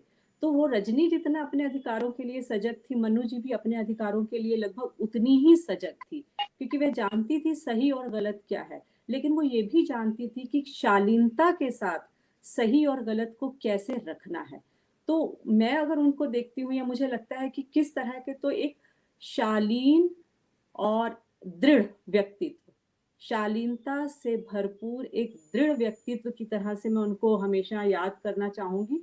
और वही चीज उनकी रचनाओं में भी देखी जाती है। इसीलिए आप अगर उनकी कहानियों को या उपन्यासों को देखेंगे तो आपको वो सताई वाली औरत वाला भाव कम मिलेगा, लेकिन वो औरत जो अपने को लेकर सजग है, अगर वो जिस भी स्थिति में है वह उसके लिए संघर्ष कर रही है और वो उसके लिए लड़ रही है, वो आगे बढ़ रही है। स्थितियों है मध्यवर्गीय ढांचा ही, पर उस मध्यवर्गीय ढांचे के भीतर अपनी गरिमा के साथ अपने स्त्रीत्व को बचाए रखने की जो कोशिश है वो है। इसीलिए मुझे बार बार लगता है कि बहुत कम लेखक होते हैं जिनके जीवन और कला के बीच में बहुत कम फासला होता है, और मनु जी उनमें से एक थी।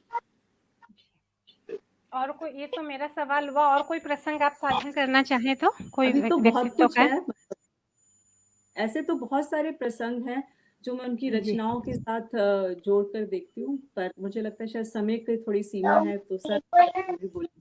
तो राजा राम जी के बाद एक बार मैं फिर से आपके पास आती हूँ पहले। तो एक एक मतलब हम इसको 1.5 घंटे, तो मतलब 1.5 घंटा तो चलाएंगे, अगर आप लोग को प्रॉब्लम नहीं है तो।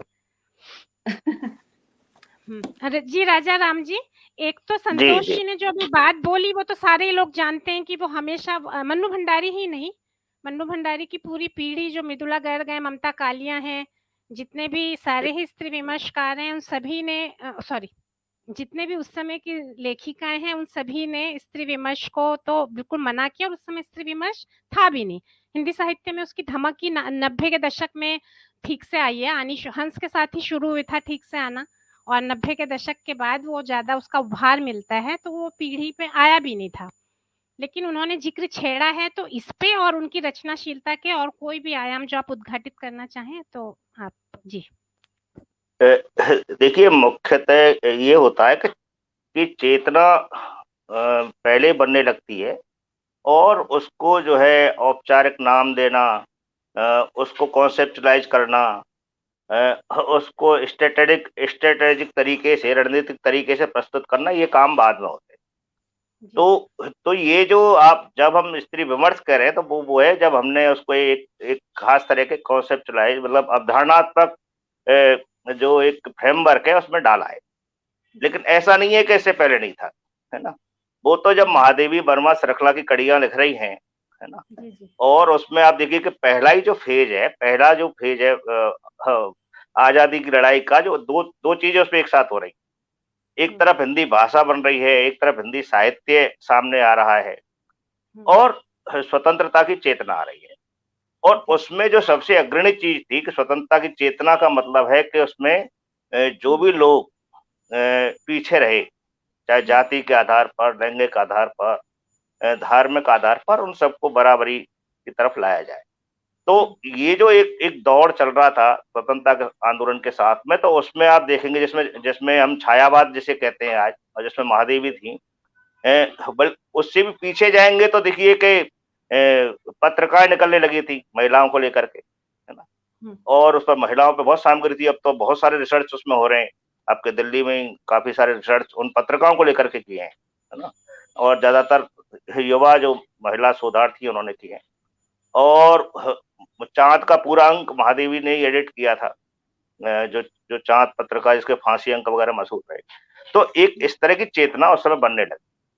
तो ये जो नई कहानी का दौर है, ये जो आपने खुद भी कहा था कि जो आधुनिक भारत बन रहा है, तो वहां आधुनिक भारत जो बन रहा है उसमें आप मध्य वर्ग को गाली की तरह मत लीजिए, है ना, कम से कम। आज हम मध्य वर्ग कहते ही एक तरह का वो लगता है।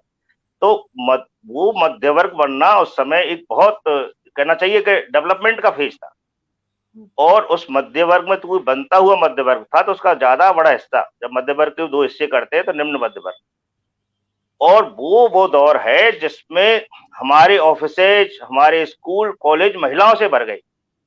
मतलब महिलाओं की, स्त्रियों की पहली शिक्षित पीढ़ी नौकरियों में आई, है ना, बड़े पैमाने पर आने लगी पहली पीढ़ी, है ना। तो वो जो है मतलब, और मन्नू आए, मतलब वो मन्नू जी की कहानियों में डिपिक्ट हो रहा है कि वो जो पहली पीढ़ी आ रही है कितना संघर्ष करके आ रही है और वो किधर बढ़ रही है। वो एक स्वतंत्र चेतना की तरफ, एक बौद्धिकता की तरफ वो बढ़ रही है। तो वो जो है एक बड़ा अपने आप में एक बड़ी चीज है। अब उसमें ये तो खैर शोध का विषय है कि ये जो 4-5 महिला कहानीकार थी नई कहानी में, उसमें मन्नू जी इतना कैसे आगे गई। तो एक मेकिंग जो होती है, हर रचनाकार की अपनी निर्मिति होती है, तो कई निर्मिति में वो सूत्र तलाशे जा सकते हैं। एक तो बड़ा साफ तौर पे हम उनके जीवन प्रसंग देखें तो राजेंद्र यादव जी से उनकी मित्रता होती है, बाद में शादी होती है।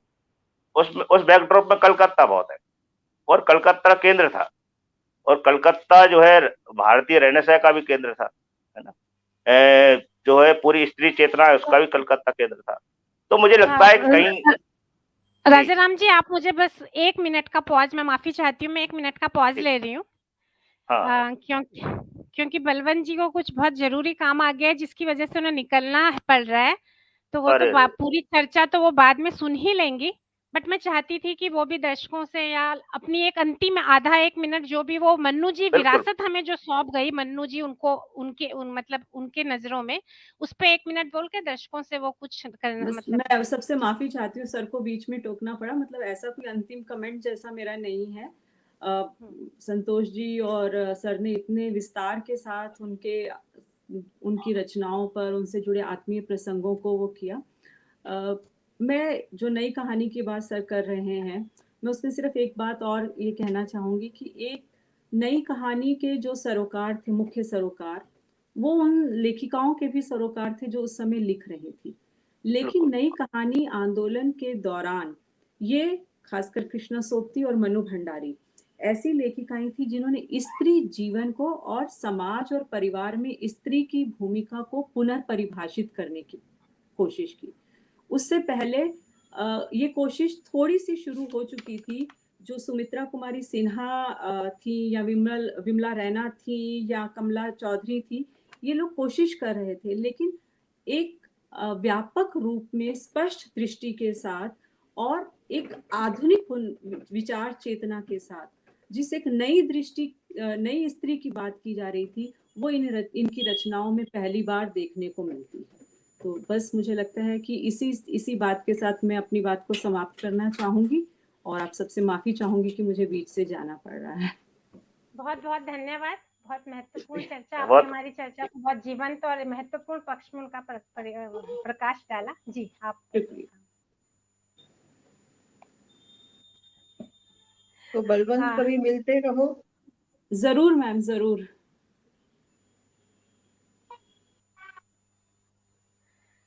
राजा राम जी, मैं माफी चाहती हूँ, मेरे को वो काफी देर से थोड़ी रेस्टलेस हो रही थी। तो आप प्लीज, आप कलकत्ता के बारे में बता रहे थे, प्लीज जारी रखिए। हाँ, तो मैं ये बता रहा था कि ये जो कलकत्ता कनेक्शन है ये बहुत इम्पोर्टेंट है दोनों राजेंद्र यादव जी के, मन्नू जी दोनों के मामले में। और कलकत्ता कनेक्शन को मैं यहाँ इस रूप में कर रहा हूँ कि एक जो बैच उसका एक केंद्र, बड़ा केंद्र कलकत्ता, वहां से हिंदी साहित्य के पत्रकार भी निकलते थे। तो एक वो संदर्भ है। और आप देखेंगे कि बासु भट्टाचार्य, बासु चटर्जी, मतलब हमारे हिंदी सिनेमा के बहुत अलग तरह के सिनेमा के सूत्रधार वो माने जाते हैं। और बासु जी के इनके एक तरह से पारिवारिक संबंध मन्नू जी यादव जी के साथ, तो एक इस तरह का संबंध भी है।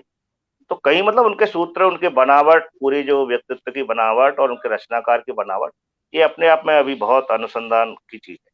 मैं संतोष जी की इस बात को थोड़ा सा और आगे बढ़ाना चाह रहा हूँ। उनकी जो मजबूती, दृढ़ता, अपने लेखन को, रचना कर्म को लेकर के वो प्राय अंतर्मुख है।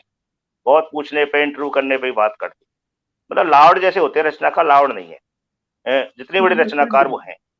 हाँ, तो इसलिए क्या है कि इसलिए जरूरी हो जाता है कि हम उनके उन पक्षों को रखें सामने। आप देखिए कि उनकी एक किताब और पहले आती है, 1 इंच मुस्कान, जो हिंदी साहित्य में अनूठी किताब है, अनूठा उपन्यास है। जिसको राजेंद्र यादव, मन्नू भंडारी ने लिख करके लिखा था, जिसको सह लेखन कहा गया, और वो अपने आप में अकेला और आखिरी प्रयोग है हिंदी साहित्य। और उसमें एक चैप्टर लिखते हैं राजेंद्र यादव, उसके आगे की कहानी को आगे बढ़ाते हुए मन्नू जी लिखती हैं, इस तरह से वो लिखा जाता है। और उसके बाद में उस पर जो है खुद राजेंद्र यादव का एक लेख है जो छपा हुआ है उनकी किताब कि 1 इंच मुस्कान की रचना पर की, और वो कहते हैं, है ना, कि कैसे एक तरह से एक रचनात्मक एक प्रोसेस है वो, कि कैसे मतलब मन्नू रीड कर रही है उसको, उनकी तुलना, ये उन्होंने उसमें रियलाइज किया है। तो एक देखिए ये प्रसंग है। दूसरा, महाभोज को जब प्ले किया गया महाभोज, तो मन्नू जी ने पूरा दखल रखा, क्योंकि उपन्यास से कहानी जब नाटक बनाएंगे तो नाटक का जो रूपांतर है पूरा उनके उसमें हुआ, है ना, उनको क्रेडिट भी दिया गया है। और इसके एक तरफ महाभोज है, दूसरी तरफ एक और नाटक उन्होंने लिखा, वो है बिना दीवारों का घर।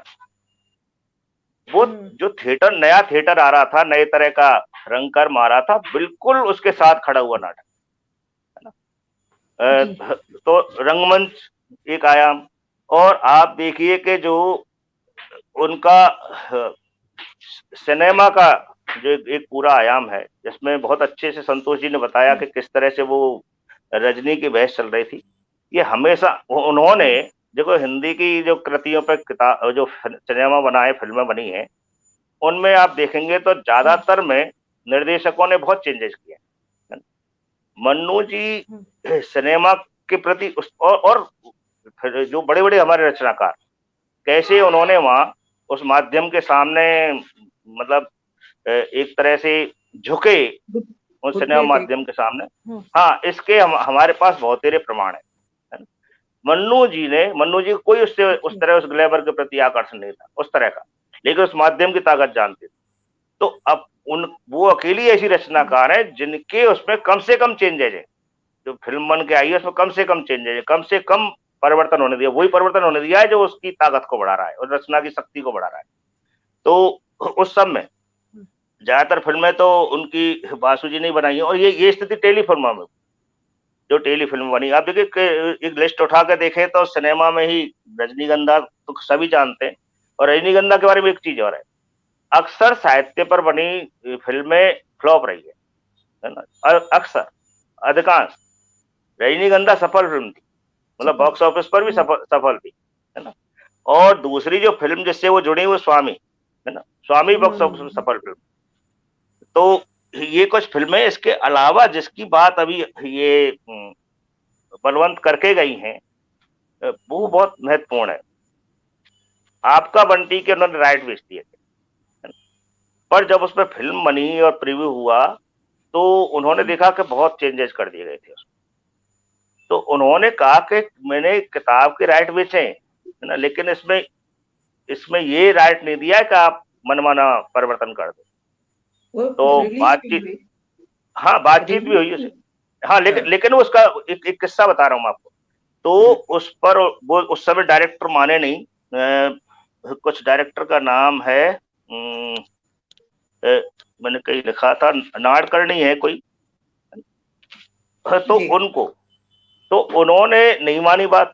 मन्नू जी कोर्ट गई इस चीज को लेकर, है ना, और कोर्ट में वो संतोष जी जीत गई थी, पक्ष में फैसला हुआ उनके। जब पक्ष में फैसला हुआ तो न्यायाधीश ने ये उनको चांस दिया कि भाई अब भी आप लोगों की अगर बातचीत हो जाती है तो ठीक है, नहीं तो फिर हम तो फैसला देंगे। तो उस सर ने बाहर उनसे, मतलब कोर्ट से बाहर उनसे मतलब फैसला कर लिया, और उसके बाद वो फिल्म रिलीज हुई। तो ये जो है जिस तरह का जुझारूपन, अपनी चीज के लिए, अपनी रचना के पक्ष में खड़ा होना, जैसे व्यक्तियों के लोगों के लिए खड़ी नहीं होती थी वो, है ना, वो अपने रचना के साथ में उस तरह से खड़ी होती थी। और उस समय का जी, और एक और जो, हाँ वही कह, औरों के लिए खड़ी होती थी, और वो अपने आखिर तक मतलब इस चीज में रही। एक और चीज ये है कि महाभोज पर उनके जीवन काल में ही फिल्म बनी है, और वो बीबीसी ने बनाई है, और विलियम एस ने बनाई है फिल्म। महाभोज को लेकर के, वो जो आप बता रहे हैं, संतोष जी बता रहे थे कि जो पूरा प्रोसेस कैसे उनका वो आया, मतलब एक तरह की डॉक्यूमेंट्री है और कुछ दृश्य उन्होंने नाटक से लिए, वो बहुत अद्भुत मतलब अपने आप में काम हुआ है। तो ये कह रहा हूँ कि उनका कद कितना बड़ा है ना, जो हम जैसे हाँ जैसे हम सिनेमा से ही जानते हैं, और टेलीफिल्म में पूरी सीरीज है, आप देखिए कि रानी माँ का चबूतरा, रानी माँ का चबूतरा विभा शर्मा ने बनाई है, वो उसने डायरेक्शन किया है उसका। असामयिक मृत्यु मंजू सिंह ने बनाई है इस पर कहानी, और नशा पर यूसुफ खान ने बनाया है, त्रिशंकु पर बनी है अकेली शीर्षक से। तो इतनी सारी टेली फिल्में बनी हैं उस पर। तो और अब मैं बात इस पे आके खत्म करूंगा रजनी का। आप देखिए कि उस समय हम लोग चर्चा करते हैं कि मनोहर श्याम जोशी, हम लोग बुनियाद ये सब लेकर के आए, है ना। उनमें वो जो लोकप्रिय सीरियल उस समय आए, एक जो टेलीविजन एक भाषा ले रहा था, और टेलीविजन का वो दौर बहुत सारे स्वर्णिम दौर कहते हैं, क्योंकि आज जैसा टेलीविजन नहीं था उस समय रजनी आना, है ना। और बिल्कुल संतोष जी ने सही कहा, प्रबंध जी कहते कि रजनी में वो खुद को डेपिक्ट कर रही है ना। तो उस तरह का पात्र खड़ा करना और एक सफल सीरियल, सब टीआरपी बीआरपी पर, तो वो अपने आप में मतलब ये कहना चाहिए कि रचनात्मकता के साथ मुख्य धारा, है ना, चाहे वो लेखन की मुख्य धारा है या वो सिनेमा की मुख्य धारा है, या ये जो सिनेमा के साथ में दूरदर्शन एक माध्यम हमारे यहाँ विकसित हुआ, वो मुख्य धारा है। उसमें बिना कोई कंप्रोमाइज किए, उसका तो संतोष जी ने संदर्भ बता ही दिया कि कैसे वो बहस कर रही है रजनी के लिए, है ना, एक एपिसोड। इस सब के साथ उन्होंने जिस तरह से ये काम किया दृढ़ता से, रचनात्मक, और दृढ़ता कहाँ से आती है, ये उनको अपनी रचनात्मकता पे, अपने सृजन पे कॉन्फिडेंस था, है ना, कि मैं सही हूँ, है ना, मैं सही हूँ, यही सच है। जी जी जी संतोष जी, माफ कीजिएगा, इसी दृढ़ता पर एक बात कह दूं अंत में। जी, राजेंद्र यादव से उन्हें विवाह करना था, जिसके लिए उनके पिता तैयार नहीं थे, माँ तो बिल्कुल भी तैयार नहीं थी। ये भी बता दूं कि मन्नू जी जैन थी, और वो मुझे इसलिए पता चला क्योंकि मैं भी अपने पेरेंट साइड से जैन हूँ। तो राजेंद्र यादव से शादी करने के लिए इन्होंने सारे विरोध के बावजूद की, ये उनके मानसिकता। और दूसरी तरफ 25 साल बाद अगर उन्हें अलग होना था तो वो अलग भी हुई। ये उनका टोटल जीवन की दृष्टि है। हाँ, और इस पे बिल्कुल सही कहा आपने। अब आपकी बात से वापस जोड़ करके उनकी आत्मकथा पाता हूँ। उनकी आत्मकथा को राजेंद्र यादव जी पहले लिख चुके थे, है ना, लिख चुके थे, उस पर खूब चर्चाएं देश भर में हुई, सारा कुछ आया, और उसके एक बार ये जी आपका वाक्य बहुत मजेदार बना कि उनकी आत्मकथा राजेंद्र यादव पहले लिख चुके थे। जी जी, अपनी आत्मकथा, हाँ मैं गलत बोल गया, राजेंद्र यादव आत्मकथा अपनी लिख चुके थे, एक आत्मकथात्मक लेखन था। हाँ जी, मुड़ मुड़ कर देखता हूँ, है ना। और आप ये देखिए कि जो भी लोग उनसे बात करने गए, इंटरव्यू करने गए, उन्होंने तभी कह दिया ठीक है मैं भी लिखूंगी, है ना, और आप इंतजार कीजिए। और जब वो लिखा है मन्नू जी ने, अब तो 2 वर्जन मौजूद है, राजेंद्र यादव का भी मौजूद है, मन्नू जी का भी मौजूद है, और हम अपने विवेक से, अपने उससे तुलना कर सकते हैं, है ना, कि कहाँ कौन कितना सही और गलत है, बहुत अच्छे से। तो आप देखेंगे, और कहीं भी मतलब ये तो सब बहुत उनके, जब यादव जी भी थे, वो किताब आ गई थी तब मन्नू जी भी थी, उनके लिखे में कुछ भी असत्य राजेंद्र यादव ने कहा कि असत्य, ये वाली बात असत्य, है ना। तो ये अपने आप में, और एक ये चीज, दूसरी चीज ये इन्होंने बहुत शालीनता, ये शालीनता इस तरह की थी। हमारे बड़े रचनाकार हैं प्रेम कुमार मणि, उन्होंने मन्नू जी के जाने पर एक संस्मरणात्मक पोस्ट लिखी है। तब वो पटना ज्यादा रहते थे, तो पटना से आते थे, और उनकी कहानियां में सब छपी है, बहुत चर्चा में रही है, पर लेख भी लिखे हैं उन्होंने। तो मणि लिखते हैं कि वो आए थे चूंकि दिल्ली, तो वो मन्नू जी से मिलना चाहते थे, तो उन्होंने यादव जी को कहा कि मैं मन्नू जी से मिलना चाह रहा हूँ, चाहूंगा, उनको फोन कर लेता हूँ मिलने के लिए। तो उन्होंने जब फोन करने लगे, वो मन्नू जी ने फोन रिसीव कर लिया, तो यादव जी ने इशारे से कहा कि मैं भी चलूंगा, मैं भी जाऊँ। तो उन्होंने पूछा कि रायन जी भी आना चाह रहे हैं, तो मनोज जी ने कोई जवाब नहीं। फिर थोड़ी देर बाद वो बात करते रहे, तो वापस से यादव जी ने कहा कि भाई मेरा पूछा क्या है या मेरी क्या बात है, इशारे से। तो मणि जी ने वापस से पूछ ही लिया कि यादव जी भी आने लग रहे। तो बोले कि उनका तो कि उसका तो घर है, वो क्या कह रहे हैं, और फिर और बात करने लग गए। तो फिर वो कह रहे हैं कि यादव जी गए और कहीं से कोई ऐसी कटता या कोई इस तरह का, या जैसे हरशंकर परसाई जी लिखते हैं ना, घुटन के 15 मिनट, है ना, एक 2 3 4 व्यक्ति बीच घुटन पैदा हो जाती है, बैठना मुश्किल हो जाता है ना, बातें कुछ नहीं होती, तेज बात, तो ना ऐसा कुछ, बोले खुशनुमा तरीके से और बातचीत और सारा कुछ। तो एक तरह का एक लोकतांत्रिक व्यवहार, मतलब जो शालीनता एक अपने लोकतांत्रिक व्यवहार का हिस्सा बने, और उसमें असहमति की छूट नहीं जाए, असहमति भी रहे।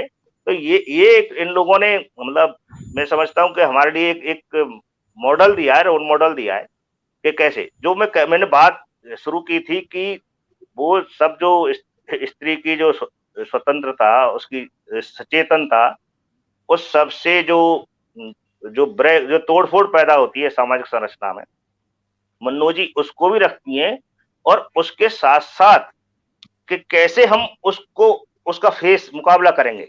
तो उसके लिए किस तरह का एक लोकतांत्रिक वातावरण, एक सहिष्णुता और एक संवेदनशीलता, है ना, की जरूरत है, उस चीज को भी वो जानती थी, और ये काम भी उन्होंने अपने रचना कर्म के जरिए बहुत बेहतरीन तरीके से किया है। जी, बहुत बहुत धन्यवाद राजा राम जी, आपने उनकी रचनाशीलता की और उनके चारित्रिक अन्य विशेषताओं का भी बहुत कई आयामों को हमारे साथ बहुत अच्छे ढंग से साझा किया। और एक बात जो अभी रजनी वाले चरित्र और बहुतों के बारे में तो डायरेक्ट सुनाई, जिसमें मैं दोबारा रेखांकित करना चाहूंगी, वो ये कि आपने सिनेमाई माध्यम को लेके कहा कि माध्यम की पूरी ताकत समझते हुए भी उसके प्रभाव से जो तटस्थ रहना है, उसके प्रभाव में नहीं आना, अपनी आवाज बचाए रखना, अपना विचार बचाए रखना, ये एक बहुत बड़ी ताकत है जो हम सभी लोग उनसे लेते हैं। तो हम लोग 3 पीढ़ी बहुत उस ढंग से तो नहीं, पीढ़ी पर अगर टीचर की भाषा में पीढ़ी कहें तो वो तो 5-5 10-10 साल में एक पीढ़ी तैयार हो जाती है। उस भाषा में हम 3 पीढ़ियां जुड़ी हुई थी, एक उनकी कलीग थी, एक उनके निकलने के बाद वो आई है बलवंत जी, आप एक बीच के। तो मैं सोच रही थी कि हम 2 मिनट की एक एंट्री जो इस समय 18-19 साल के बच्चे बीए में, उनको भी दे दें तो 4 पीढ़ी कवर हो जाएगी। तो एक बच्ची को मैं जोड़ रही हूँ, एक स्टूडेंट को, शिवी सिंह को, तो उनके कोर्स में किताब लगी हुई भी है, मन्नू भंडारी। तो मैं चाहती हूँ कि जरा सा वो अपना अनुभव शेयर कर लें, और उसके बाद संतोष गोयल जी और राजा राम जी, आप अपना क्लोजिंग स्टेटमेंट, उनकी विरासत के बारे में कुछ कहना चाहें, या जो एक अंतिम छाप आपके दिमाग में उनकी कोई एक संक्षिप्त सा एक रह जाता है ना, इस मनुष्य को मैं याद करता हूँ, इसके साहित्य को, तो इन 2 लाइनों से या कुछ इस तरीका का कुछ मार्मिक बात या एक विरासत के बारे में, या आपके मन में उनकी छाप छूट गई हो तो उस पर बात करके हम खत्म करेंगे शिवी के बाद। जी शिवी जी, स्वागत है आपका।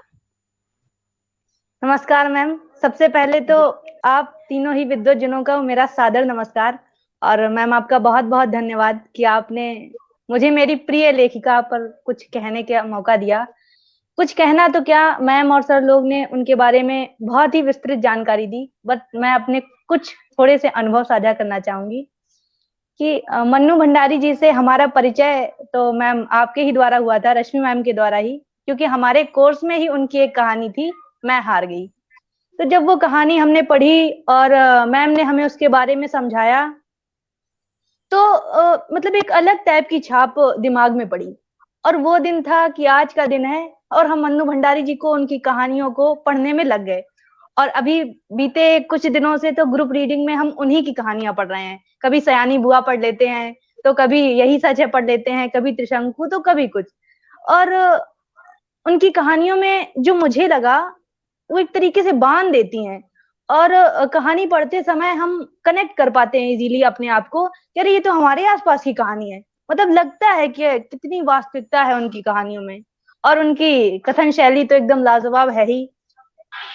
तो बहुत अच्छा लेखन रहता है उनका, और उनको पढ़ना हमेशा ही मतलब बहुत अच्छा लगता है, हम उनसे अपने आप को जोड़ पाते हैं। और जैसा कि मैम आपने अभी बताया कि निर्णयात्मक शक्ति उनकी और निश्चयात्मक व्यक्तित्व उनका, तो जब मैंने जो अभी आप एक आत्मकथ्य बता रहे थे, अभी कल ही हम लोगों ने वो आत्मकथ्य पढ़ा, तो लग रहा था कि उस समय भी, आज की कितने समय पहले भी, एक लड़की जो इतने लोगों के बीच में जाकर के भाषण देती थी अपना, और उसके जानने वाले आकर के भाषण सुन के उनके पिताजी से कहते थे कि बस हमने तो इनका भाषण सुन लिया, अब बस आपको बधाई देने आए हैं। तो वो अपने लिए जो स्टैंड लेती, उनके एक और उसमें प्रसंग था, एक बात थी जो मुझे बहुत ही ज्यादा अच्छी लगी, कि वो बोलती हैं कि उनके पिताजी ने ही कहा था कि तुम किचन के काम मत करो, और वो तो और लोग कर लेंगे, तुम जिसमें हो उसमें अव्वल रहो। तो वो मतलब एक अलग तरीके का ही व्यक्तित्व मनु जी का देखने को मिलता है। और आप लोगों को सुनना तो बहुत सार्थक रहा मैम, आप लोगों की चर्चा से मतलब एक कुछ ऐसी सरल और सहज बातें इतने अनोखे ढंग से हमें सुनने को मिली, जो मतलब बहुत ही अच्छा रहा आपको सुनना। इसके लिए मैं बहुत धन्यवाद करती हूँ आपका। धन्यवाद शिवी जी, आपकी राय से अवगत कराने के लिए। जी संतोष जी। मन्नू जी के लिए तो मैं क्या कहूँ, मैं कहती हूँ कि उनके चाहे लेखन से हटकर के भी उनकी सारी व्यक्तित्व को देखूं तो वो, मैं लंबी हूँ, मेरे साथ खड़ी होती थी तो मेरे छोटी लगती थी, और उनका व्यक्तित्व इतना विराट था कि मैं उनसे प्रभावित होकर क्या क्या सीखी हूँ दुनिया में, क्या क्या मैंने पाया है, क्या क्या लिया है, उसको आप सब लोग भी, विद्यार्थीगण आज भी उस चीज को ले। और सबसे बड़ी बात ये ले कि अपने आप को समझे और फिर अपने आसपास के वातावरण को समझे, किसी गलत चीज के संपर्क में नहीं आए इसलिए कि किसी ने कहा, जी किसी के कहने के प्रभाव में नहीं आए। ये मन्नू जी सबसे पहले कहती थी, और हमेशा कहती थी कि मैं वो करती हूँ जो मुझे ठीक लगता है, आप भी वही करिए जो आपको ठीक लगता है। जी, बहुत बहुत धन्यवाद संतोष जी, आपकी बातें सारे दर्शकों को बहुत ही पसंद आई। जी राजा राम जी।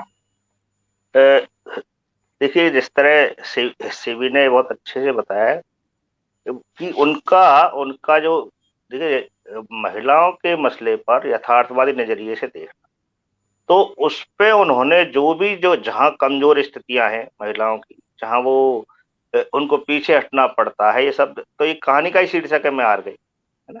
लेकिन वो मैं हार गई कहानी, जैसे कि इन्होंने कहा, मैंने भी वो बहुत शुरुआत में पढ़ी और उसने दिलचस्पी पैदा की कि मैं उनको ज्यादा पढूं, है ना। तो असल में वो रचनाकार नहीं हार रहा है ना।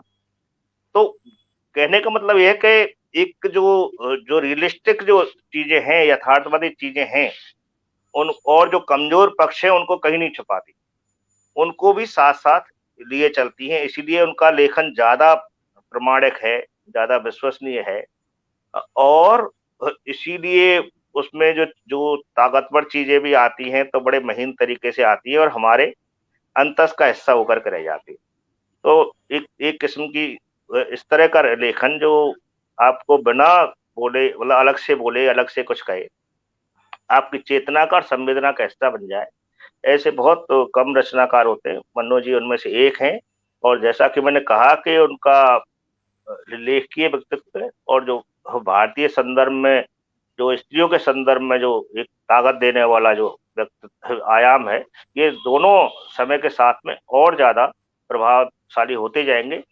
इसको लेकर के मैं बिल्कुल से आश्वस्त हूँ, है ना। तो अब बाकी आपको बहुत अच्छे कार्यक्रम के लिए मैं बहुत बधाई देता हूँ। बहुत अच्छा लगा यहाँ आके, और खास तौर से संतोष जी को सुनना, बलवंत जी को सुनना। आपको सुनना भी उतना ही अच्छा बहुत लगा। बहुत और रश्मि जी का ये प्रोग्राम तो क्या कहूँ, हैट्स ऑफ टू यू, बहुत ही अच्छा प्रोग्राम। धन्यवाद। ऐसे प्रोग्राम करते रहिए और लोगों के बारे में भी, और और और लोगों को और शिवी जैसे लोगों को भी नियमित रूप से जगह दीजिए आप, है ना। मतलब यही पीढ़ी तो जी आगे लेके अरे जाएगी सारी चीजों को, है ना। हाँ, शिवी के साथियों को, हाँ, शिवी इनको को जगह बहुत दीजिए अच्छा धन्यवाद। बोलती है। लगातार। और सबसे अच्छी बात यह है कि मुझे हैरानी ये हो रही है कि तुम लोग हिंदी का साहित्य पढ़ते हो, दिलचस्पी लेते हो और उस पर बातचीत भी करते हो, जी जो इस समय मैं जी एक मैम। नई चीज देख रही हूँ। क्योंकि जब मैं मेरे नाम उस पर पढ़ाती थी तो मिरांडा हाउस तो इतना इंग्लिश अफेक्टेड कॉलेज था कि उसमें हिंदी के नाम पर तो लोगों को ऐसे लगता था, अच्छा हिंदी, हिंदी भी कोई पढ़ने की चीज है वाली भाव। जी। तो वो जो चमक, हाँ, एक नया भागीदार हमारे साथ जुड़ने से जो चमक राजा राम जी और संतोष जी के चेहरे पे आ गई है, और राजा राम जी ने आगे के लिए भी ये कहा, तो हालांकि मुझे 2 मिनट चाहिए प्रोग्राम को वाइंड अप करने के लिए, पर फिर भी मैं यहाँ पे ये घोषणा करना चाहती हूँ कि हम हर प्रोग्राम में कम से कम 3-4 ऑडियंस को चाहेंगे कि वो जो सवाल अगर उनके लंबे हो रहे हैं तो जो अपना इंटरवेंशन है वो सीधे स्क्रीन में आके दें, और अगर आप लोग हमें ऐसे यहाँ पे भी एक मैसेज कर देंगे तो हम आपके फोन पे वो लिंक भेज देंगे। तो जो भी शुरुआत में 4 लोग इंटरेस्टेड, तो 4 लोग की तो हमारे पास इतना स्पेस तो हमेशा रहेगा ही टाइम का, और ऐसे ही 2 वे संवाद हो भी पाएगा। तो शिवी जैसे से मतलब है कि हम सबके बीच से जुड़े हुए, बाकी उसके जैसा तो और कोई नहीं है, वो तो अकेली बिल्कुल है, इतना नटखट होना तो बहुत मुश्किल है सबके लिए। तो इसकी नटखट के बाद से ही मैं इस प्रोग्राम को वाइंड अप करना शुरू करती हूँ कि कल से कुछ दिक्कत हो रही थी। मैं पूरी रात ट्राई करती रही हूँ, स्ट्रीम यार्ड मुझे एंट्री नहीं दे रहा था, किसी भी रूप में दे ही नहीं रहा था। तो 10-11 बजे तक ये सिचुएशन थी कि सीवी को प्रोग्राम होस्ट करना पड़ेगा। तो मुझे लगा इसको दिक्कत आएगी, कहती नहीं नहीं मैं आराम से कर लूंगी, मन्नू भंडारी का ही तो करना है। इनको अच्छा, लगता है कि इसमें क्या? इनको लगता है कि मन्नू भंडारी जी कहती ही वही है जो हम चारों तरफ दुनिया में देख रहे हैं, तो आप लोग भी तो वही कहोगे जो उन्होंने कहा है, उस पर बात होनी है। तो ग्रुप रीडिंग में ये क्या करती हैं कि अभी अकेली बुआ वाली कहानी पढ़ रही थी जिसमें वो बहुत अनुशासन करती हैं, तो इन्होंने पूरी कहानी बुआ के बदले अंकल बोल के, पापा बोल के, जो मतलब कि अगर अनुशासन पापा करते हैं तो पापा बोल लो, अंकल बोलते हैं तो अंकल बोल लो। तो हम सही लोग बात जब है। इनकी कहानियां ग्रुप रीडिंग में पढ़ते हैं तो हमारे 2-2, 3-3 पेज हमारा अपना किरदार जो है, जो ऐसा दिखता है, उसका नाम चेंज करके हमारे 3 पेज आराम से निकल जाते हैं। तो इनको लगा कि होस्ट करने में क्या दिक्कत है। तो मेरी तरफ से यही एक टिप्पणी मन्नू भंडारी के लिए है, जो मैं वाया सीवी बोल रही हूँ। और ये कहानी भी लिखती है? जिसको नहीं, ये कुछ नहीं, शिवी? अभी ये खुद नहीं, अभी ये कुछ नहीं लिखती है। नहीं, लेकिन लिखेगी। अभी तो ये लिखेगी। 3rd ईयर में गई है अभी। तो मैं ये कहना चाहती हूँ कि इतना सहज कि उनके किरदार हमें आपस में मिल रहे हों, और जो स्त्री विमर्श को कोई भी नहीं मानता, पर राजा राम बहादुर की हम स्त्री विमर्श वाले हैं, उस जनरेशन का कोई नहीं मानता, लेकिन स्त्री सरोकार के जो बिंदु हैं, जो दृष्टि है, उसका जो पानी है, वो जिस नाली से होके बहेगा, वो चट्टाने तो मन्नू भंडारी, कृष्णा सोपती और इन्हीं सब की बनाई हुई हैं। वो जो अटलता, वो जो निश्चयात्मकता, जहां पे आप एक सत्ता के सामने जो उस माध्यम को गवर्न कर रहे हैं, जब आप झुकते नहीं हो, तो जो स्त्री प्रश्न जहां पहुंच जाते हैं, तो उसी को हमने जमीन देना बोला। उनके विचार हम बहुत अच्छे से जानते हैं इस बात को कि वो उससे एसोसिएट नहीं करेंगी, लेकिन वो बीज उन्हीं का बोया हुआ है। जितनी तरह के किरदार हमें मिलते हैं, यही मैं उस कहानी के माध्यम से भी बताना चाह रही थी। तो जो हमने 2 आईने आसपास रखे थे, एक रचनाशीलता के माध्यम से और एक उनसे जुड़े हुए आत्मीय जीवन के प्रसंगों से जो बात कर रहे थे, वो हमने देखा कि उनमें कोई गैप नहीं है। ये जो गैप नहीं है कथनी और करनी में, जीवन और रचना में, ये वो ऊर्जा है जो मन्नू भंडारी ने बचाई, और वो अपने सारे काम कर गई। जो उनकी एक कहानी भी है तीसरी दराज, और जो उन्होंने बहुत अच्छे से बोला कि किस कोने में आप इनको रख देते हो। दरअसल जब आपने जीवन में चेहरा ही एक ही यूज करना है, तो कितनी ऊर्जा बचती होगी और कितनी वो सच्चाई वो आती होगी। वो एक उजास मायनों का हम भर भी इसी ढंग से सकते हैं। और यही सारी बातें आप दोनों से बातें करके बहुत ही अच्छे से स्पष्ट हुई। मैं एक बार तो श्रोता इतने सक्रिय थे कि बार बार कमेंट दे रहे थे, बट आज हमारे पास 3 वक्ता थे तो मैंने नाम नहीं लिया उनका। तो 1 मिनट में तो मैं कुछ कमेंट पे जरा सी बात करूंगी, पर मैं पहले रवि जी का जवाब देना चाहती हूँ। केरल से पी रवि जी का प्रश्न था कि हमें आज सुधा अरोड़ा जी को भी सुनना चाहिए था। तो पी रवि जी, मैं आपको बताना चाहूंगी कि सुधा अरोड़ा विदुष बैटन का अभिन्न हिस्सा है। हम 8 मार्च को उनके साथ बहुत लंबी चर्चा सुन चुके हैं, और इन दिनों वो हंस के उसमें बिजी व्यस्त हैं, हंस का मन्नू भंडारी विशेषांक के संपादन में। इसके अलावा भी वो अपनी बातें कई मंचों से रख चुकी हैं। तो हम एक तो वो अभिन्न हिस्सा हैं और उनकी अपनी ही भी इच्छा होती कि हम और आवाजों को सुने। और वो मतलब मैं आपको बताना चाह रही थी क्योंकि उन्होंने प्रश्न पूछा है कि हम उनसे सुनना चाहते, तो हमने उनको कई जगह पे सुना।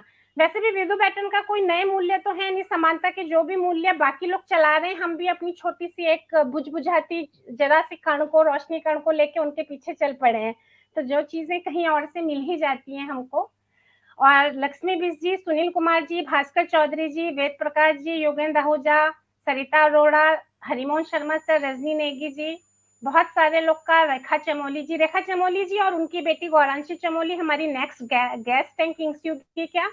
तो माँ बेटी से शिवी और मैं, दो जनरेशन से संवाद होगा। बहुत अच्छा, बहुत पूर्वा अच्छी योजना है। चौधरी जी और कंचन राय और बस ये जीएस बागरी जी ने लगातार बहुत तारीफ की आप सबके विश्लेषण की। विशाखा ने और भी लोगों ने बहुत इच्छा जताई है, कभी और भी आप किसी प्रोग्राम में और बोलिएगा मैम, आप मार्मिक प्रसंग सुनाइए, इस बात की लगातार आ रही थी। वीना शर्मा जी, तो आप सभी को, परवीन बाबा और भास्कर चौधरी जी और सभी लोग, रक्षा गीता जी की बहुत अच्छी अच्छी टिप्पणियां आ रही थी। रक्षा गीता जी, हम आपको आपका इंटरवेंशन जरूर चाहेंगे किसी प्रोग्राम में अच्छा खासा, कि आप अच्छे समय तक हम आपको सुन पाए। और स्त्रियों के साथ तो ये प्रॉब्लम भी होती है ना कि कई बार वो कमिटमेंट देने की स्थिति में नहीं होते। हमारा महीने में एक कार्यक्रम होता है तो कमिटमेंट हमारे लिए बहुत जरूरी होता है कि आप 1-2 घंटा नहीं निकाल सकते, बट हमें छोटे छोटे इंटरवेंशन तो आके दे दिया करें, जैसे शिवी ने दे दिया,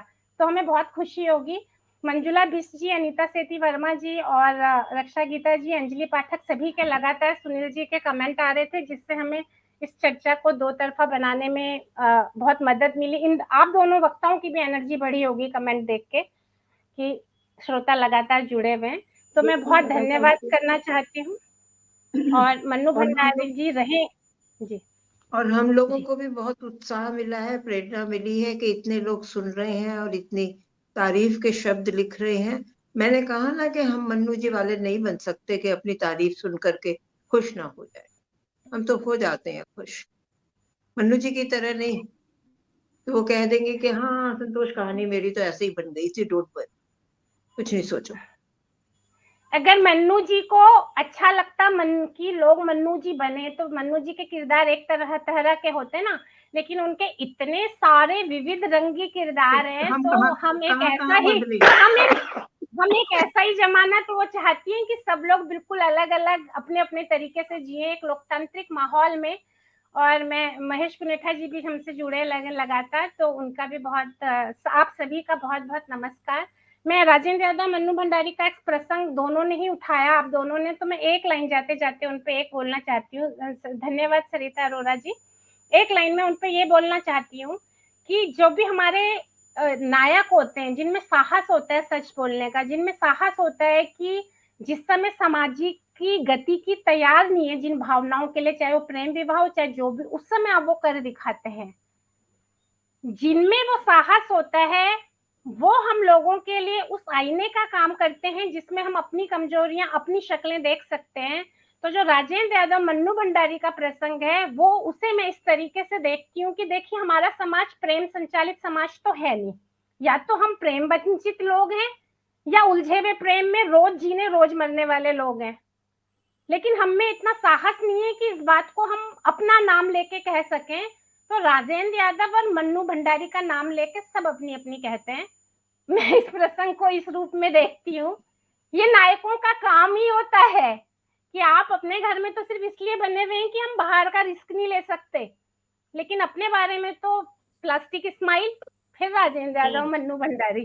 तो मैं इसको, इस प्रसंग को बिल्कुल घर घर की कहानी की तरह लेती हूँ। उनमें साहस था और उनके साहस में हम अपनी कमजोरियां मिला के थोड़ी सी निवृत्ति पा लेते हैं।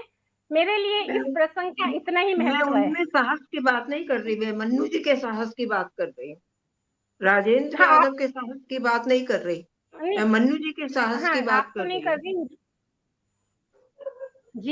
जी, मैंने अपना प्रसंग जोड़ा खाली अपना ना इस प्रसंग बारे में। जोड़ा। तो विनोद दास जी, आपका भी बहुत बहुत नमस्कार और आप सभी को बहुत नमस्कार। बहुत संतोष जी और राजा राम जी, आपका विशेष नमस्कार, आभार बहुत कि बहुत आपने समय नमस्कार निकाला मैम। और अपनी रश्मि और शिवी, नमस्कार। नमस्कार मैम, धन्यवाद। Thank you so much Rajan ji, बहुत बहुत राजा राम जी धन्यवाद।